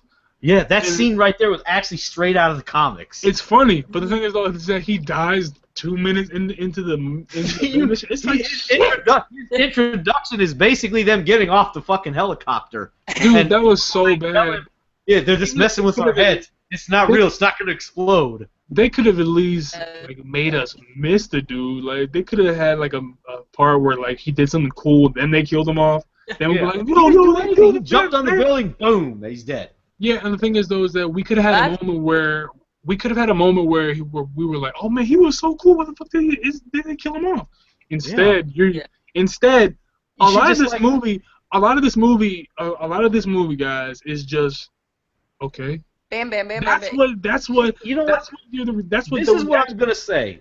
I gave, like, and you'll agree, Q, and I'm sure Kristen agrees that she enjoyed Suicide Squad more than Batman vs Superman, right? Hands down, yeah. Yeah, it was more entertaining. It was fun. If you go in and you're looking for a good time, you will have that in this movie. I give this movie. I'm gonna go to my score now, and I'm gonna give it a B. And here's why. And I think what DC did. There's holes. There's questions. We got problems with it. But what DC did, they found that perfect balance to me. But what Marvel does well, they bring the comic book to life, but at the same time they can turn a cartoon into a live action movie, and Marvel does that well. DC can't do that. They can't take a cartoon and make it a movie. They suck at that. But with Suicide Squad, it felt like a comic book movie to a sense, and that's what I really appreciated about this. And I'm hoping if Justice League has this same tone, and I think as long as they get the script like they let Zack Snyder do his thing, fucking finally let him make his movie, I think we will be surprised. I think Justice League could be really good. The potential is there, and I'm hopeful because, as Q said earlier, he was really he liked the initial Batman vs Superman trailer. Oh, this can be off the chain. It's gonna be a great movie. We see it. Well, not so good. But with what now we get this trailer. But after seeing Suicide Squad, it makes me more hopeful for Justice League. It does. Dude, and I can't lie. I really I love Ezra Miller as the Flash. I think he's gonna be off the chain. I do. I think it's gonna work. I know where you're going. I know what you're thinking, though. No, I know. I just gotta say this is that my cons for this movie is the fact that it feels like Will Smith and Harley Quinn. That's what it is. Yeah. Did not like what's his name? Joel was it Joel Edgerton or something? I don't know. I'm sorry if I we didn't talk. Joel Kinnaman is Rick Flag. I didn't. Oh, that's what I was just about to go to. He's not a bad actor. They didn't give him. He's not bad. He was good. He's not bad. He's not bad. He's not bad. Which I just don't. Rick Flag. He was like the army dude, the one in charge. His girlfriend was Enchantress. Joel Kinnaman as Rick Flag. I didn't buy it. Because that was supposed to be Tom Hardy's role. Now, if Tom Hardy was going to be Tom Hardy backed out at the last second because he was always why did he back out? Because the script was trash and it fucking was trash. But you know what they said? They said they only had 6 weeks to write the script. And that's the problem Why the fuck here. did they do that, by the way? That's the thing. That's what screwed the movie up. All right, so it's supposed to be this big, gigantic deal. And you get 6 weeks to just wrap it up. So all right, so they just wrapped it up. Dude. So Rick Flag, I did not buy him as Rick Flag. A lot of exposition. The soundtrack, I did not like this soundtrack. It was really jarring. You know what though? Here's the thing, and I don't know how I caught this, and I watched I forgot what guys I was watching when they reviewed it, when they gave their spoiler review, but they were talking about the soundtrack and the score. Somehow in my I've only seen it once, I actually caught the score. The actual score was off the chain. The score of the movie. What do you mean, like dope. The actual like the the fucking strings and shit? Yeah.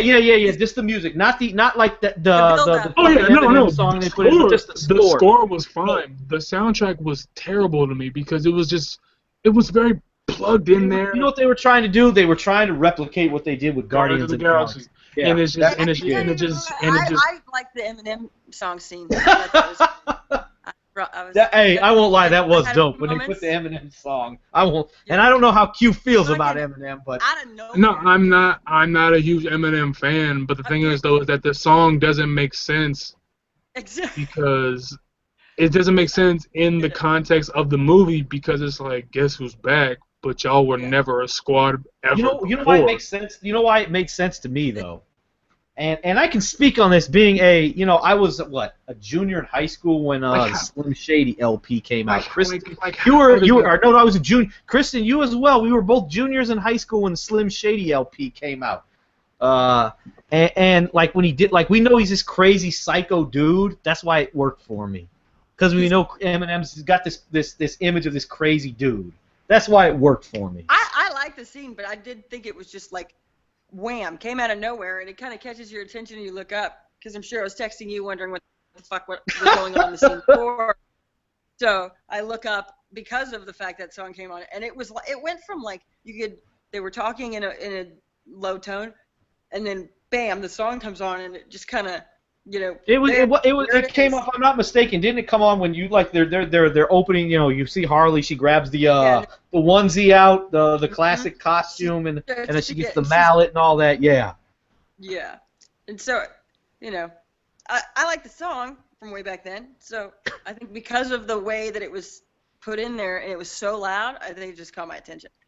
But as far as the dynamic there and the transition, I'm probably not the best person to Go ahead, Q. Continue. I'm coming from an aesthetic side of things. Hey, that's why, that's why you're perfect for this, because like Q, I'll help you out myself, get Pete, your Stowe, when girlfriend.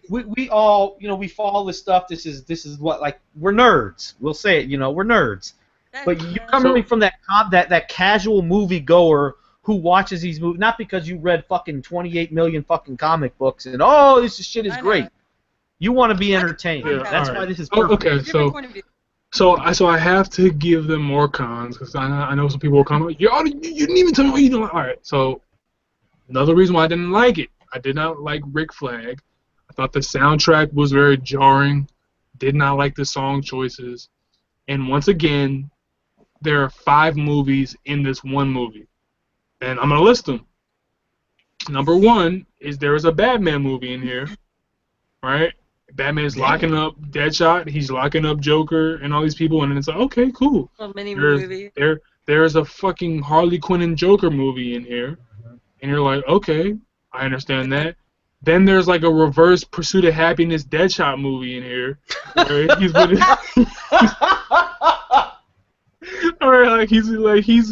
he's with his daughter, and all of a sudden you see Batman, and that was pops up. And Batman's like, "What's up?"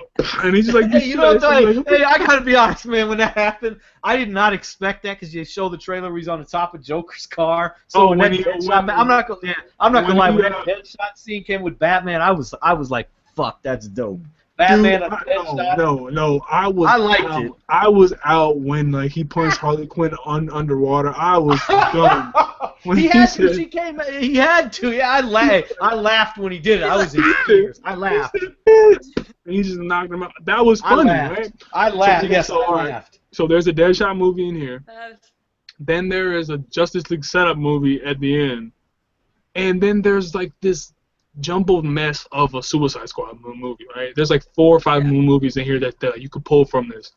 And I would have liked it if they just made this movie, if they just completely scrapped Suicide Squad. I would have liked it if they just made this How Did Harley Quinn Fall in Love with Joker movie. Because that was more interesting. Make this like a Joker Harley Quinn origin movie. Dude, I would have liked this if this was just like an Arkham movie where it was like Batman.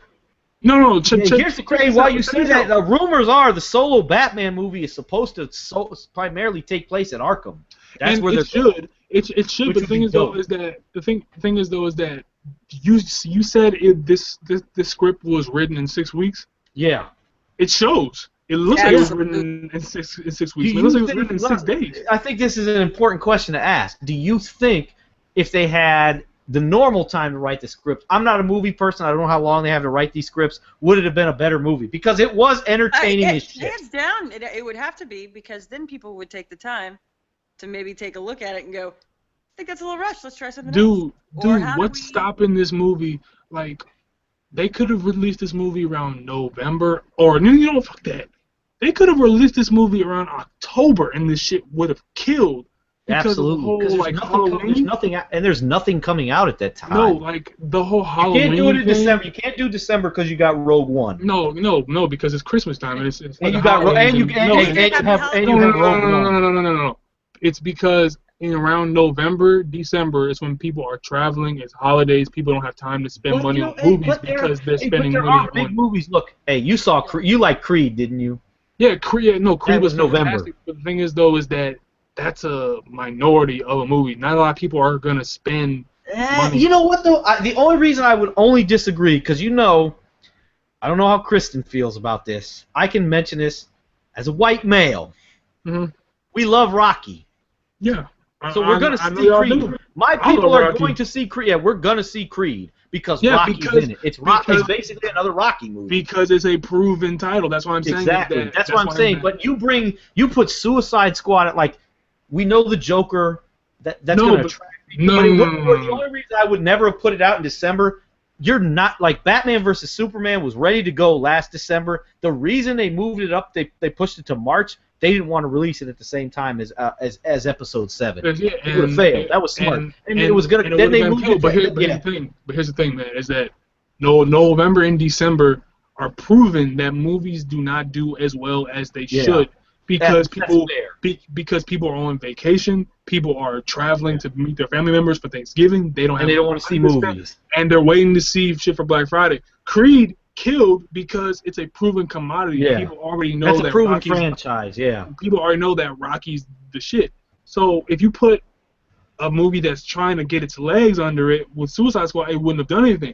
But if you release this movie early October or mid-October, right around Halloween, you could kill with costumes. And it works too, because you got the Joker. Yeah, like, dude, you would have had... Just the Joker alone. That's what I'm saying, is that they could have spent more time on this script and then shot. Let me ask you this. We know, like, it's come out, they cut a lot of the Joker scenes out of the movie. Mm-hmm. If they decide, well, let's release this in October, right around Halloween, do you keep those scenes in the movie?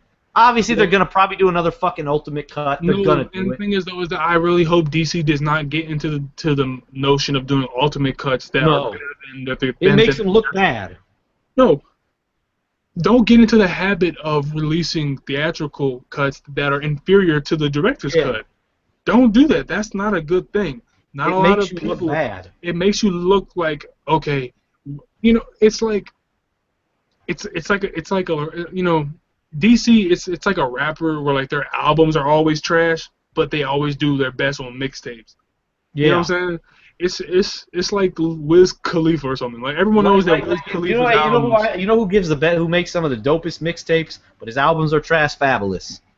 Yeah, like that's what DC is. You know, it's like the Wiz Khalifa of, you know, studios. It's like, oh, his albums are trash, but his mixtapes are always fire. It's the same thing with DC. They put out stuff for the public to see that's pretty bad, or at least polarizing. And then they put out something that is undoubtedly a better product that is their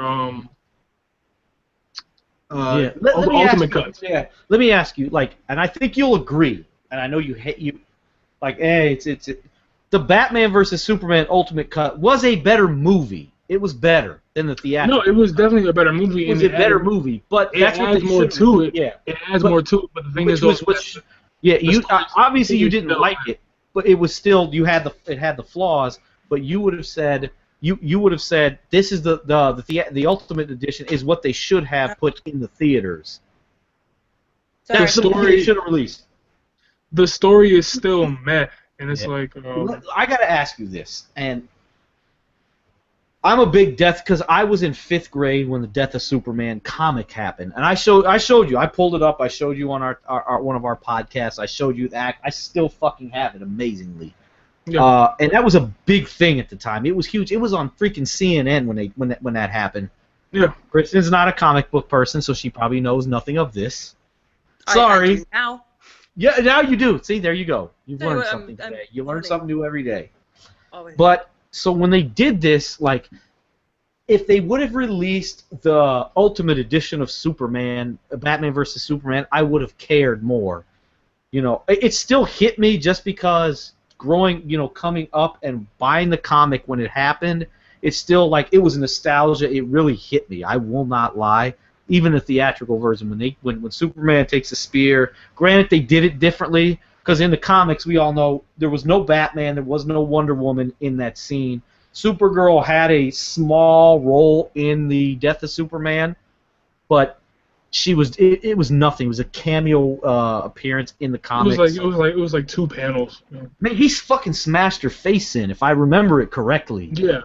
He basically smashed her face in, and she basically. You know, I think that ties in is that if they were going to do that, where they put in these small cameos, and leave them at that. Leave them at small cameos. So, question. Could they have done, and this is where I go back and forth, and why I don't necessarily have a problem with Doomsday in a Batman version. Kristen, you know who Doomsday is, right? He's the one who Superman stabs him with the kryptonite spear. Good. Yes. I don't mean... Yeah, there you go. I just wanted to make sure. But Q, as a comic book guy, could they have made that a movie? See, I'm up in the air about that. Yes. I don't know if they could have. Yes, and I'll tell you why. Because this is what I do. I think of movies that... This is what I do, man. I re-pitch movies to myself as how they should have been. All right, so I'm going to pitch you my movie for Batman vs. Superman. I'm going to show you how we could transition that into a Doomsday movie, right? Check this shit out. So in your movie, though, does Doomsday appear in Batman vs. Superman? I'm going to let you know right now. All right, so Batman vs Superman. This is basically what it's gonna be. Okay, so we have the real Lex Luthor. I'm not gonna have that Lex Luthor Jr. shit again. Just Lex Luthor. Just Lex. Have him in with the bald head. With the bald head. Bald head. Everything. Hopefully, Bryan Cranston would say yes to it. Yes. Slightly less energy, maybe. Yeah. So let's have Bryan Cranston as Lex Luthor, right? Let's keep the first frame of when Ben Affleck gets off that chopper to go see what's going on in Metropolis, right? So he's up in the sky. He sees him. He's like, oh, he's a fucking terrorist, and he's just like, I'm gonna get you, Superman, right? And that's what he sees. Zod and all that stuff, and all the people from his company are dying, and it's so sad and so tragic, right? Then 2 years later, we fast forward, right? Let's say Superman has taken a little hiatus from that. Let's say Superman has let people die or whatever, right? Because of what people are saying about him. Because of what people are saying about him. Let's take that middle frame where they're like talking to Neil deGrasse Tyson. He's like, well, Superman. Let's put that right after this, right? Where is Superman gone? Why is he not here anymore? Did we run him away? That was Tyson.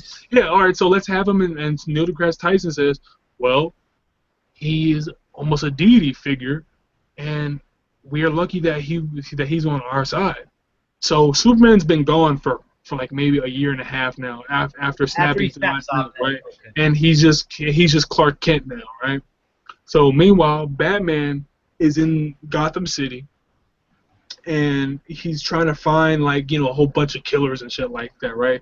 And Batman is going just a little crazy. He's going a little crazy. He needs somebody to talk him back down to earth. So real quick, before you continue, I did not mind how Batman was killing people. Okay, so here's what I was gonna say, because you saw they showed the Robin suit, because we know that's what I'm gonna say. Joker kills Jason Todd. That wasn't accented in the movie. I would have accented this in that scene. Would you have put a flashback scene? No. Here's what I would have done. I'm gonna tell you how everything's gonna come together. I'm gonna tell you everything's gonna come together, right? So I know you're lost, Kristen, but we're gonna explain it to you. So just hang in there with us. And I'm just kind of. So they're in the Batcave, right? Piecing together the movie. So after they show that Superman's been gone for a year and a half, we flash forward to Batman. He's taking down all these super villains and stuff like that, but he's using excessive force, right? I guess he's fucking dudes up. Let's say that let's say that he's breaking bones. Let's say he's throwing people off the buildings. Like what he did in the warehouse scene. No, let's say something just like that, right? So he's beating people up very badly. He's using excessive force, and then the police. Yeah, and let's say he's being, just an asshole. But then Gordon is like, Bats, I can't keep standing up for you because you're going way too far here. You're causing we got Commissioner Gordon in your movie. In my movie, there's Commissioner Gordon. So Commissioner Gordon goes to Batman. He holds up the Batman sign. He comes down to him. He's like, Bats, you're going way too far here, and I can't stand up for you. And then Batman turns to Gordon, and he's like, well, they went too far when they killed one of my friends, right? And then he goes back to a flashback, and all we see... Are you talking about when you're in Metropolis, when Jack dies in that building? Yeah, the guy who's running it. Yeah. Right, all right, so let's say that it's just like that, right? But then he's like, oh, you're talking about him? And he's like, I'm talking about him. And then all we get is a flashback. Let's say we see Robin's hand under a piece of rubble, right? And all we hear is the Joker laugh and shit, right? They should have done a straight up crowbar. He's beating Robin with the crowbar. I don't think they needed to do that. I think all they needed to do was allude to he's just like there. yeah, because he's just like, okay, So basically, put Robin's hand in the air and he's dead. No. Let's just say that to be said with just a scene like that, just a vision. Let's just say that it's just simply just like this. He's like, well, they went too far when they killed my friends, right? And then it shows the flashback of what happened in the very first scene where the dude's under the rubble, right? And then it shows a scene where like Robin's dead hand is lying under a piece of like right under all these broken bricks because the Joker exploded the building that killed Robin, right? And all you hear is like that faint laugh and shit. And then Batman's like, I gotta go. And then he goes back to like the Batcave, right? And then Alfred tries to have a talk with him. And he's like, Bruce, you are going way too far here. You're kind of like what he did in the movie when he said like Superman is not our enemy. Yeah, but let's take Superman out of that completely for right now. And it's just talking about Batman going too far, taking out villains, right? And he's just like, well, they went too far when I couldn't save him and this and that, and I'm starting to second guess if my philosophy is even, worthy of, he's just like, all this time I thought I had the right ideology of not hurting people too much, but I see that the people in this city don't respect people who don't go that far, so I have to do this. And then he's like, Bruce, I can't tell you not to do this, but I can tell you that there are men who will come for you if you don't stop doing this. Wait, which kind of leads to like the Dark Knight Returns storyline. No. I'm gonna bring it full circle. I got you. Just listen. Hey, right? So then he was just like, Bruce, I can't tell you not to do this. All I know is that there are men who will come for you and view you as the enemy. Then we flash forward to Superman, just like in the Man of Steel, where he has the fucking beard and shit, right? But this time he's actually like Clark Kent. He's like working around the office, and then we get that scene where the fucking Lawrence Fishburne, he comes up to Clark and he's just like, Clark, I want you to write about Gotham City, the football, the football team, right? And then he's like, okay. And he was like, all right, I want you to go watch a game, right? And then let's say he goes to the game, right?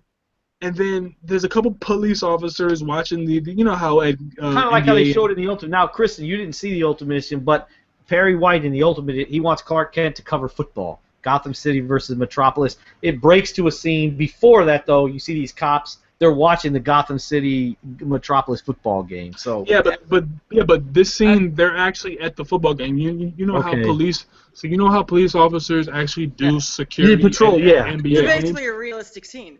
Yeah, so it's basically gonna be. So it's gonna be basically Clark. He's walking around with his notepad. He's on the sideline and shit, and he's just snapping pictures and photos. He's got his guy beside him. And then the police officers are like, we got a 12-20-20 on Gotham Avenue, and like all the guys are like, bring back up, it's him, and everyone's like, oh shit, it's him again, and like all the cops are like, yo, stay here, I'm gonna go get the car. And Clark, being the investigative journalist that he is, he's like, oh, I wonder what that is. Then he like sneaks out. He's like, hey, come here, man. And then they get in the car and they're tailing the police and they're following them because they think it's going to be a big scoop. They get there and it's like taped off. They're like some big warehouse and it's fucking like it's like burning. It's on fire and shit. And then they have like criminals coming out and like let's say one of them is like charred all the way up, but he's still alive. And he's like walking towards the police and the police are like, put your hands above your head, right? And he's just like. He and like the guy's just like, yes. Did you see him? Yes. And he's just like, who do we see? He was in there, and like the dude's like all burned up, and then Clark is like, who did you see? Who did you see? He's like, it was the Bat, and like that's where it cuts to where Superman's like, I gotta take this motherfucker out. And then he goes back to Lawrence Fishburne. He's just like, there is a Bat menace running around Gotham. We have to cover this. And he's just like, no one cares about crime in Gotham City. The Bat is a myth, right? So you keep that whole nobody cares about Clark Kent versus the Bat. Yeah, no one cares about Clark Kent. I'll keep that scene in there. Then this is what does it, right? Batman finally snaps, right? And he accidentally kills somebody, right? Not in the way where you could, like, not in the way in which you could prosecute him, but let's say they cut to a scene where there's like like kidnapped children, right? Because everyone loves kidnapped children. Everyone loves that story. The kidnaps. He came back to his family. Little Johnny finally got returned back to his home. Yeah, that's right. People some people, Rescue. even the most progressive and liberal folks, sometimes think a pedophile deserves to get his dick cut off, right? Everyone thinks that sometimes. That. Yeah. So it's like let's say there's like a pedophile ring, or there's like a fucking like That makes like sense. I would Yeah. agree with that. right. So then there's like some people kidnapping kids, Oh. and like the bat is like. Reputation. Yeah, and like people love their children, so you're gonna want to do whatever you can to get your children back. So Females remember suck that scene in the Ultimate Cut where the mom has her son, and the bat is like, they branded him, and they're gonna put him in General Pop, and he's gonna get killed, right? Yes. Let's say that scene pisses Superman off, and it's like, oh man, all these people are getting killed. And then this is gonna be the straw that breaks the camel's back. Is that Superman goes to Gotham to investigate, and he trails the Bat for a couple blocks. He finds that the Bat is going in to break up this pedophile ring, right? He goes in. There's a fucking there's like kids chained to beds and shit like that, right? And the Bat comes in, and he's like knocking motherfuckers out. He's breaking arms, he's doing all this shit. And then there's like this one scene. By the way, excellent. Thank you. and like there's like this one scene in the warehouse where the Bat is like backing up this dude, right? And like let's say the warehouse is all wooden, it's broken down, it's rotted out and shit. Like people are going through like the floorboards and shit, right? And it's a very gross place. So the Bat is like, so you think that you can just do this to all these kids, right? And he's like, wait man, I'm not doing anything to these kids. The dude just told me to take them here because they were gonna pay me a couple $100,000. He was just like, so you do this to kids for money? And like he's like backing up this guy, and then like there's like an open window behind the guy, and the guy's like, hey man, so what are you doing? He was like, I'm not doing anything. And he's like pushes him, and he's just like, but you're gonna learn, right? And then like Superman comes in through the fucking floorboards and shit, right? He comes in through like the ceiling, and like the dude gets startled and he falls to his death, right? Then everyone's like, yeah, but then everyone's like, holy shit, the Batman finally killed somebody, right? But and is then there really him killing him though? It's not gonna be that. It's just going to be viewed that way in the public. So then here's how I can fix that plot hole: is the children will come out and they'll say the Batman killed him, and everyone's gonna believe the fucking children, and they're gonna turn against the children Batman. are little angels, right? And they're not gonna turn against the Batman because they saved them. They're gonna say it like, you see how kids are just like brutally honest, like, oh man, I wouldn't be here if the Batman didn't kill that guy. And everyone's like, the Batman killed that guy? He's like, yeah, he saved us, and he pushed him through like the window, he saved us. And everyone's like, holy shit, Batman just did that? And Superman's like, yeah, he did it, right? And then like that just makes him that makes him a vigilante. That makes point, because like you had the reason there was for Batman. We knew why Batman was mad at Superman. That actually worked. That part of the movie worked. So then you have the vigilante, where Batman becomes a fugitive of the law now, and then Superman gets brought in by Gotham PD to bring in which would be almost like the Dark Knight Returns comic, where the government brings Superman in, because Batman is how the movie would go. Yeah, that's exactly how my movie would go. In the Dark Knight Returns, essentially, they don't want Batman being Batman, and they bring Superman's essentially working for the government. They bring him in. You've just broken up. It is paused, and all I see is your face, frozen. So I'll finish up. Now we can hear you. What's up? Go ahead, Q. Keep going. Okay, so then we're at the scene where, like I said, the children are ecstatic, and they're running out of the building to like the medical people, and they're like, thank God you're here, and like all the families are hugging the kids, like, oh, I thought you were a goner and shit like that. I'm really not good at dialogue, but like you get it, right? And reporters are there saying, I'm here with the Gotham Herald. Can you tell us what happened, right? And people are like, hey, back up, man. The kids just got out. Come on now. And he's just like, Batman saved us. He pushed the guy through a window to save us. And you're like, are you saying the Batman killed somebody? And they're like, yeah, the Batman saved us, but he had to. And everyone's like, so you're saying that the Batman pushed a man out of a window? Yeah, And then that's where everyone's like, holy shit, Batman killed somebody. Front page of Gotham PD swirls on the screen, Batman, fugitive of the law, Bat murderer, right? Are you and saying then, Clark Kent's the one taking the notes? No, I'm saying like some other Gotham reporter, Okay. because Superman is tailing Batman the whole time he's going to that warehouse. He literally just came downstairs. Yeah, so basically Batman is in like the fifth floor of like some warehouse, right? And he Superman comes through the ceiling. Yeah. And he's like, "Hey, what are you doing?" And then the guy falls out the window because he's startled by Superman. And the Bat is like, "What have you done?" And he's so like, essentially, it's kind of Superman's fault. Essentially, it's Superman's fault. So then you have a conflict where both don't like each other. Because now Gotham PD has contracted Superman to go bring in the Bat. And the thing is, they already kind of had that suspicious feeling of each other. Yeah. Because of what happened in Metropolis, and then Batman and Superman, Clark Kent sees what's happening, what Batman's doing in Gotham as a vigilante. Doesn't like it. So I guess you could put in a scene where like Superman comes in through the ceiling and the guy falls out. He's like, "What are you doing?" He's just like, "I was following you because I know that you're going above the law, and we don't need vigilantes in this town." He's just like, "You're not even from here." And he was just like, I might not be from here, but the law is the same everywhere else. So we have to uphold justice. He was like, "This man is dead because of you." He was like, "I'm not the one who backed him up into the window." And he was just like, and Batman's gonna be like, "Well, I've seen what you've done in your city. How are you any different from me?" And he's just like, "Well." Hey, Q, you know what's gonna happen? Hey, come Friday, everybody's gonna know who you are, bro, and they're gonna come to you to make these Hollywood scripts. No, I'm so serious. I'm telling you, I'm serious. Your Batman is impeccable. So then, even Chris is like, "That's the Batman movie I wanted to see." So then, and I'm gonna wrap this up very soon. So then, what happens? He was like, "Well, I've seen what you've done in your city, and it's not any better than what happened right here. I might break a couple bones, but you've killed people." He was just like, "So how can you tell me what to do with my life?" Your Batman sounds like the villain. Right? Yeah, isn't it?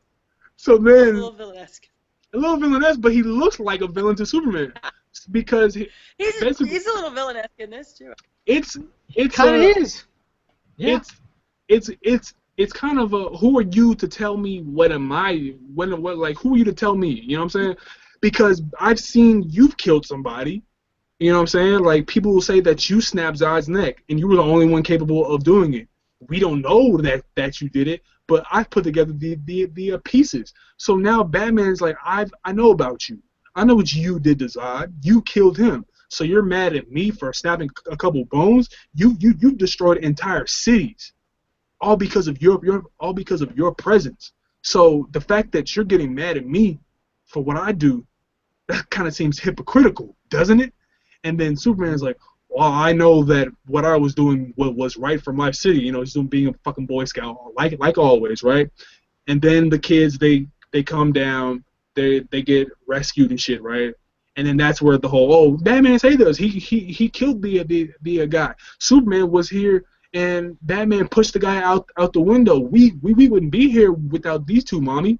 And then people are like, Batman killed the guy? And that's the fucking front page headline. And then it goes into a state of emergency. The front page says, "Bat murderer, man killed by Batman. Bat finally snaps." And then if you wanted to, you can cut to like people in Arkham and shit. And like, "Yo, so you heard the Bat finally killed somebody, right?" "No way, he really killed somebody?" And then you just hear like the Joker laughing, and he's like, "That's rich." You know what I'm saying? And then you can cut back to that would have been dope. That would have been dope. Because that'd be a good bar scene too, where you got two guys talking in a bar. And yeah, he was like, "Hey," at the very end, kind of with his head down. Yeah, he's like, "Hey, did you hear the Bat finally killed somebody?" And then like the Joker's in the back, and he's just like, "Hey, that's rich, right?" Okay, so let me get to the end of the movie. So they both hate each other because now Superman has basically inadvertently framed the Batman. He's not speaking up saying, "Yo, this was my fault. I startled the guy that made him fall out the window. Batman did not push him." Instead, he's just like, "Well, okay, shit happens. So fuck am I supposed to do? You're the one still breaking people's arms and burning people almost half to death.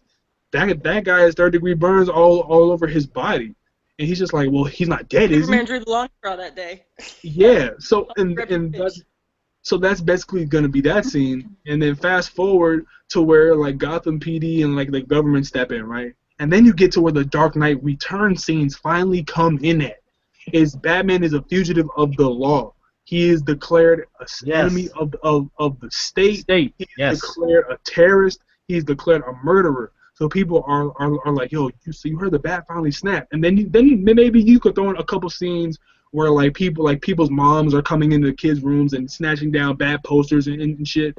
I will have a murderer. Do you think people would find him as threatening as he's sounding in this, only because he did kind of save all the children? So then again, and that's another thing that like.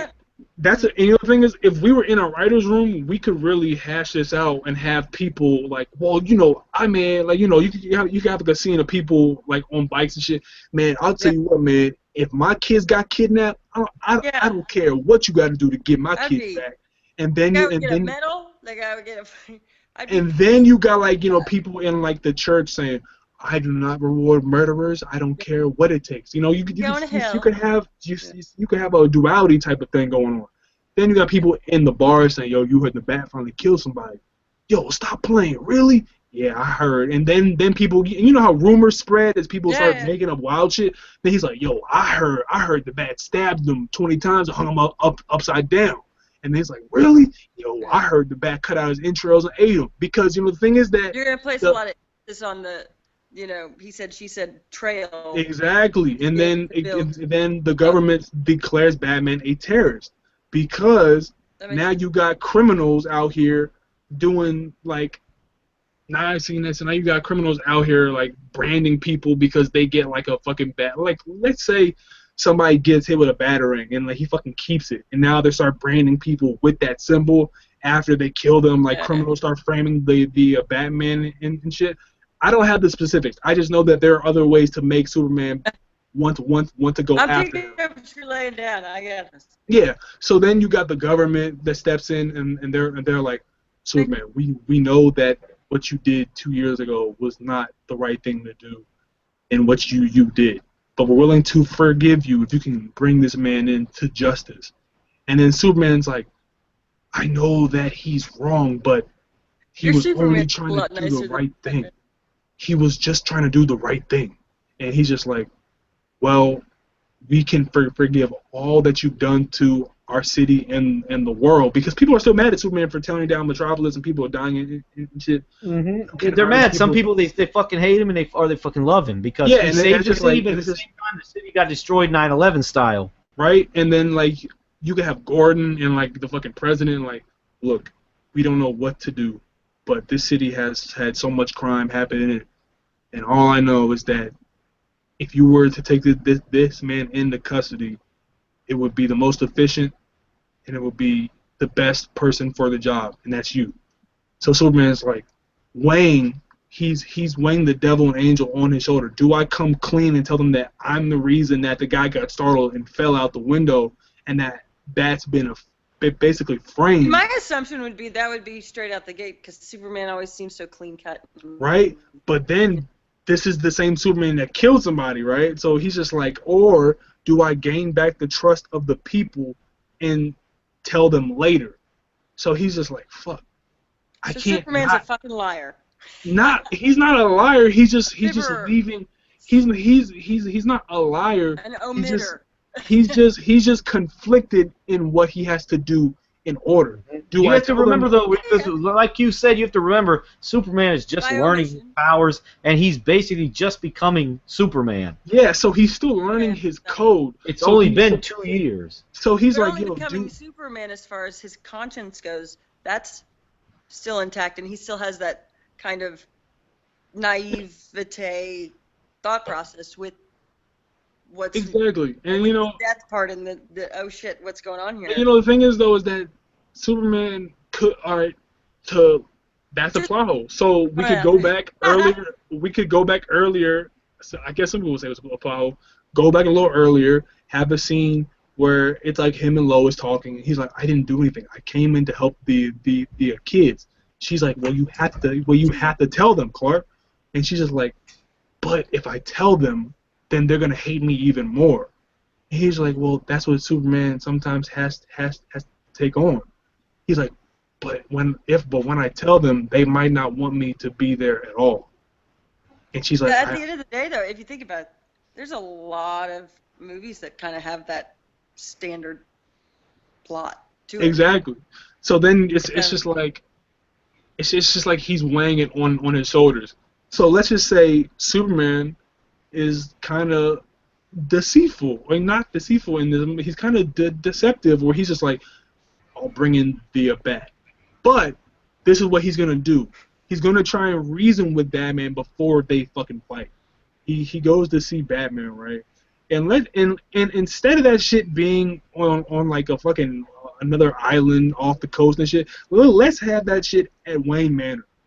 Let's have that shit right at Wayne Manor on Batman's turf, because it makes more sense. Batman, yeah, like Batman has more like toys, and plus you can destroy Wayne Manor and then make that a reason for why Batman sets up a JLA base. All right, so then they like destroy the fucking building, and like they go through this huge fight, and they're like, look, I don't want to do this. They told me to come and take you in. Now, if you come with me, then I will come in and tell both sides of the story. And he's just like, you had your chance to tell both sides of the story. You could have did it back then, right? And he's just like, I don't know how to make this right. He was like, you could have made it right before you killed. And like I forget the dude's name who died in the early credits. You remember the dude who died when like I can't feel my legs or whatever. Yeah, no, he didn't die. That was you're talking about the dude who got blown up in the Senate scene. But what is the name of the scene where like the Superman's like vision collapses that that building on that guy? He's saying like his grace and shit. He's saying like his prayers.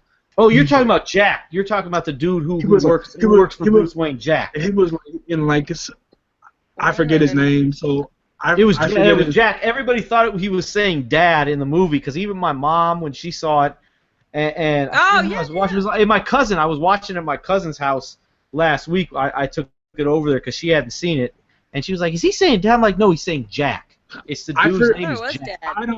I don't know. Jack. I don't know his like last name, so I'm not even gonna attempt. No, it's Jack. The old dude in that Wayne building. It's Jack. I'm not going to attempt. But this is what would have been a powerful scene, is if he was like, I just want to make things right, and he was like, really? Now you want to make things right? You could have made things right when you killed these people. And he like throws pictures of everyone who died in the fucking like thing, and Superman like picking them up off the floor, and he sees like a little girl. And he's just like, that's what you could have made right. And instead, you killed them. And like he was like, holy shit. So now it's a scene Q, where... Q, I got to interject here, man. What's up? You got the damn perfect Batman voice down, bro. Like, I'm saying like this is easy. It was a Batman voice. Yeah, Batman sounds so like... Yeah, Q's got the Batman voice. Superman is just kind of a pretty boy, nice yeah, because guy. Q, I got this is going to be randomly off topic now. Grammatically and I don't mean to take it there. What's up? You know how when everybody's watching this, right? They can see our names here. When it says yours, I'm not going to say your name, but man, we need to put Q there. Yeah. Because that's how everybody knows you on Twitter. Yeah, I know you as Q, and here, oh fuck it, I'll say it says Miles, and people are like, who the fuck is Miles? Q. Fuck it, I'll say it. I'm not gonna say your name. I'll fuck it. Yeah, sorry, I had to. Well, like that's like my first name, so it's kind of hard. So I mean, I understand. But here's the thing: is that dude?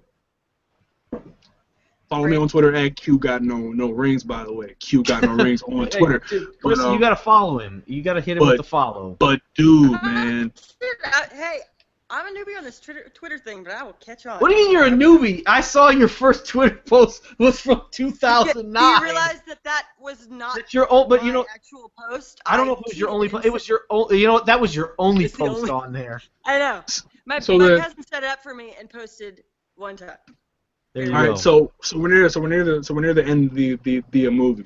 The backdrop is Wayne Manor. It's fucking nighttime. it's like a whole bunch of tall grass and it's swaying. It's like a fucking Japanese, like a Tarantino film and shit, like Kill Bill.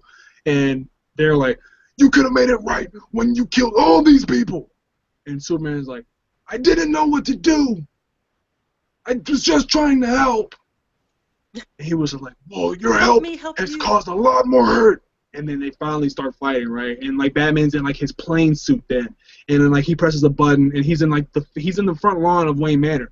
So then all these sensor thing comes up, and there's like sonar, and it's like loading Superman's senses, and just basically everything that was in the movie, but done better. So then Superman tries to, so Superman tries to like fly towards him and shit. And then like Batman presses another button, and it's like fucking like 10 walls of titanium up here before he even get to him and shit.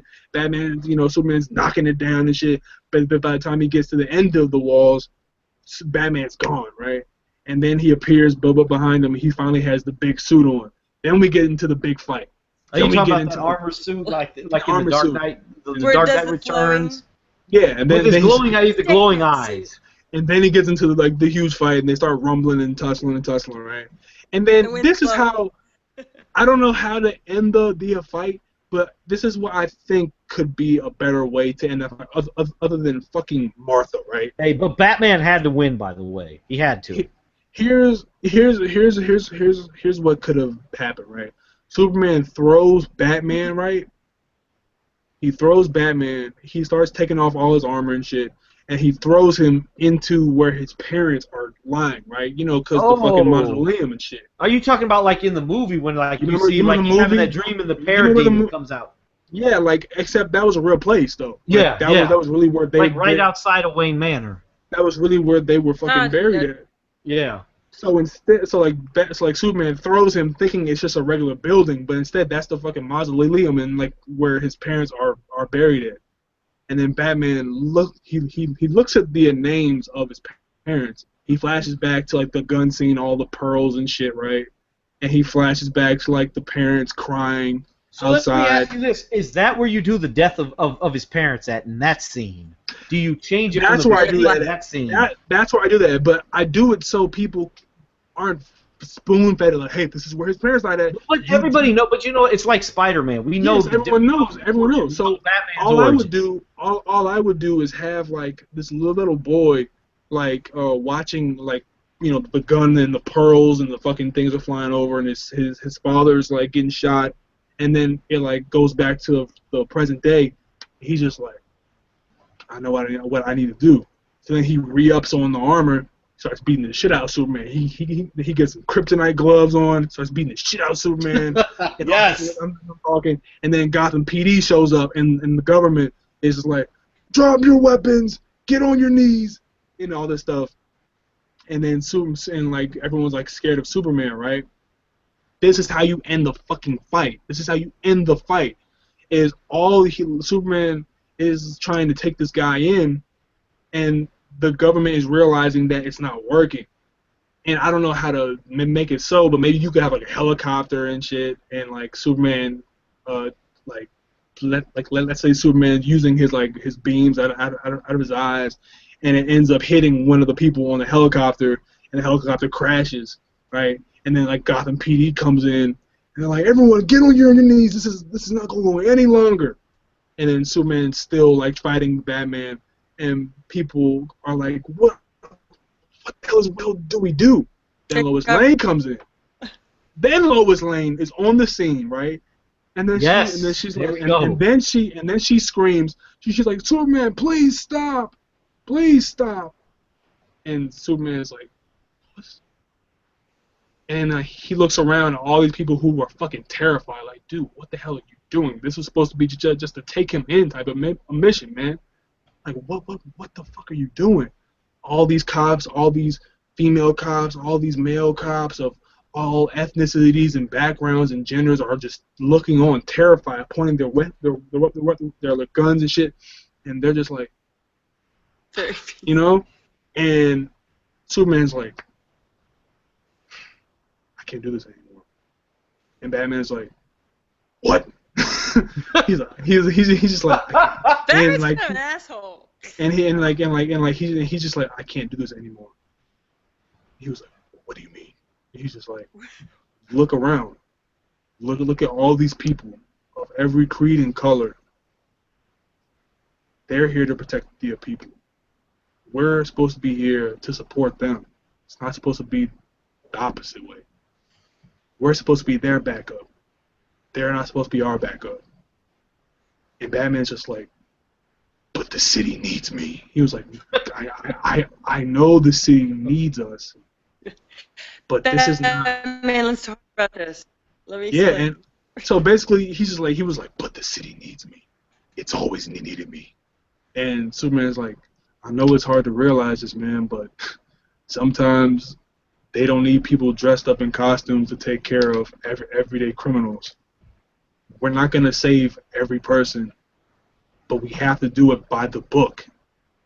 So then the movie ends, right, with them putting their hands up, right? Put their hands behind their back. They take them into cuffs. And out of respect, they keep their fucking, like, you know, they keep their masks on and all that stuff because they don't want to, you know, do anything that will ruin anybody's stuff. So they just, you know, under there just in right, case. right. So then this is how you end this movie. They're sitting in the jail cell, and they're sitting in like these maximum security, like, you know, Superman is behind like 5 walls of kryptonite and shit like that. Batman has, like, you know, he's locked up in them like walls and everything. Still got his mask on, but he hasn't, like, up simple jail cell. Like, nah, he has. So Superman could push like that thing open. Tank, you know? Superman could push that shit open. No, he's like, let's say he's like behind like 10 walls of titanium, 6 walls of kryptonite, and everything. And well prepared. Let's say this is how the movie ends. No, deadass. This is how the movie ends, right? They tell me this shit would not be a badass way to end this fucking movie, right? And Superman is just thinking to himself, I don't want to hurt anybody else, and I don't know how I'm going to get out of this. Superman and, like, Batman's just like, how the fuck am I going to get out of this shit, right? Then all we see are high heels clicking down the fucking hall. Fucking Wonder Woman. And like they open up the cell, and they're both in there, right? And she's like, gentlemen, I've gotten your pardons on one condition. Like, it pans up to Wonder Woman. She's like, I need to talk to you about a team I'm putting together. And that's what the movie ends. That's what the movie ends. That's the end of the movie. Yes. You don't do anything else. No after credit scene. You end the movie right. It's so cute. In your version, Wonder Woman puts together the Justice League. She puts together the Justice League. She's like, I got a team. I have a team I'm putting together. In the comics, though, if I'm not mistaken, isn't it Superman who puts the Justice League together? I believe it is. It is Superman, I believe. Yeah, and I know why they did it Batman. I understand what their thinking is, but I like your thinking. It's got to. That would be dope. If it was Diana. Like, they should have done that. Teamwork. Yeah, and I like that. But the thing is, though, is that then you have the next movie of Man of Steel 2 where Superman actually dies. So then it actually has some weight behind it. You're still kind of being introduced to Superman at the end of Man of Steel. Like you care for him a little bit, but you're not gonna be like crushed. Like, I wasn't crushed when Superman got killed because they showed the pebble floating above his casket, and I'm just like, why would they do that? Don't show that. That's so whack. Like, let us grieve for Superman. Then in my version of this universe, you had a Justice League movie where you have, you know, just one movie with them all together, and then you have a movie where Man of Steel 2 where he dies, and then it's a huge event where it's like, who are we gonna get to replace Superman in the Justice League? And then you bring in fucking Shazam or Green Lantern, or you just bring both of them in because you need someone to replace that presence in the Justice League, and that's how the universe should go.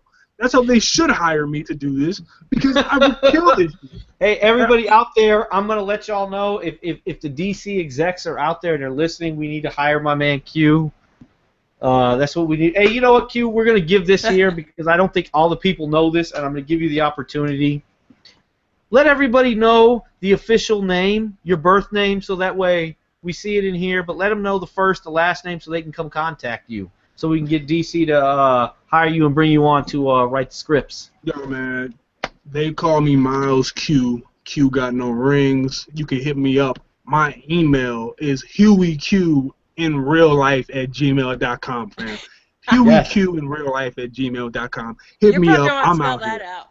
I'm Yes. like it's like Huey Newton, just the first name Huey, Q in real life@gmail.com. That's it, Yes, bro. come Hit me follow him. Hit- Hey, hit y'all me need to up, bring it bro. on. Hit me up, bro. Follow me on Twitter @Q Got Yes. No Rings. And I know Yes. we detracted so much from Suicide Squad, but I'll give that movie. It's all good. Hey, that's what we do here. I'll give it a C-, and Are then we can wrapped close or it out. back up? Oh yeah, we got to give our scores. Kristen, what's your score? Suicide Squad.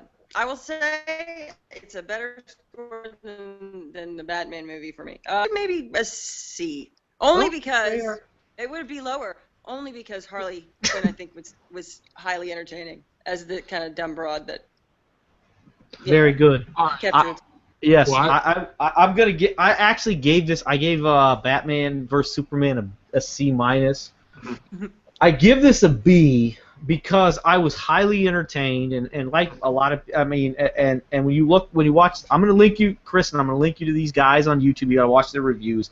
I think it's John Shep. He's one of the guys it's John Schnepp. Follow them. Yeah. There's one guy, Dennis Zhang, Think Hero. That's his name. Schnepp actually was the one on the panel. He loved the movie. Yeah, and I can understand if you do love this movie. It was. What I might have to it, see it again to kind of comprehend a little bit more. let me ask you this though: Yeah, Were you entertained? Were you entertained? Yeah, I thought. There you go. Funny parts. And that's exactly why I give it a B. It's entertaining. I'll give it a C minus. And for you know, no story. I'm gonna go this. I want to bring this here before we wrap this up. And Kristen, you may not be able to jump in on this, and that's okay if you can't. And I know Q's got something to say about it, but I'll give it hell. I'll try. I don't know if it was a DM or a tweet, but I told Q, I said, this movie, Suicide Squad, was better than both Iron Man 2 and Iron Man 3, right? I think it was slightly better. It was better. I don't know if it was going out It was of the absolutely better. It was absolutely better to me. Iron Man 3 was a sack of shit. The way they handled the Mandarin as the villain. Here's my trade-off, though, is that there's trade-offs. This movie didn't have story, but it had better action. Iron Man 3 actually had a story. It didn't have a lot of good action. But, you know, I think the characters were better in Suicide Squad than in Iron Man 3. Robert Downey Jr. We know Iron Man. We know that. Of course, Robert Downey. But the thing is, though, if Mandarin was actually done well, that's what made that movie terrible. You know, it was awful. This is a whole other discussion. I'm gonna just let Matt and I'm just let you close out, Matt. Just go ahead, bro. Yeah. You have a new movie out. No, I don't have any new movies out, but we won't go there. I think I may do this. I'll have to talk to Pete, but I want to let everybody know Pete has tweeted it out, so I can announce this now on Friday. Everybody be on the lookout because we do have Freddie Coleman from ESPN coming on with us. So everybody check that out. He is probably the best dude over at ESPN. One of them. He is one of the 2 or 3 best. So everybody check that out. Q is going to be with us that day. But I think I'm going to talk to Pete about doing some more of these movie reviews because I think this went really well. And it will expand everything that we're doing. You know, we want to branch out. We want to do some baseball. We're going to do some music. Pete wants to do well, shit, there goes Q. And we want to do a 90s. Kristen's here with me, so good. It's not me by myself. Roger that. Hi. Yes, we want to do a 90s R&B, 90s/2000s R&B music podcast because the reason why is because this new stuff that's coming out now is absolutely trash, in my opinion. I don't want to go all into that. Better than R&B's and 90s R&B. So I know, Kristen, this would be the perfect show for you. Would you be down? I'm pretty sure I just met my people and I got my calling. There you go. My purpose in life is to listen to 90s R&B and just there you go. You're coming on. Yeah. I'll let Pete know. We're gonna bring you on, but so I think we're going to close this out here. Q probably just hit the X button at the wrong time, but that's okay. So I'm about to hit my X button because typically, guys, Pete is the one who runs everything, and he had to leave early. So now I have to do this on cue. Or if I hit my X button, and then Kristen will just be standing there. She'll just be sitting on her couch, staring into the screen, and that's all you'll be seeing. And we don't want, hey, some of y'all may want that. I understand. I'm with you. This is not a webcam show. They'll stare at you. That's fine. But I'm going to hit my X on the screen to close this thing out. And I advise Kristen to do the same thing, because if you don't... I'm on my phone here, so I'm still kind of navigating this whole system. Yeah, when you see me... Here's the thing. We're live now, so people are seeing this. We're giving the people what they want. Oh, yeah. When you see my screen just pop off, exit out of this. Because if you don't, you're going to be staring. We're just going to be staring at you. So on that note, everybody. Take direction. Yeah. You know what, Chris? Actually, as of right now, close out of this. I'll take everybody out. Settle. Okay. Yes. Bye. Outstanding job today. Yes. Now that everybody's gone, I'm going to close this out today. I know I'm the only one here. But please, everybody, come check us out Friday, because we got a monster show for y'all. Y'all are really going to love it. We got Freddie Coleman from ESPN coming on. On that note, everybody enjoy. And I want to shout out my little cousin, Nolan Rundle. Because of this young man, I have this microphone here. And I love this microphone, by the way. But on that note, until Friday, everybody, peace.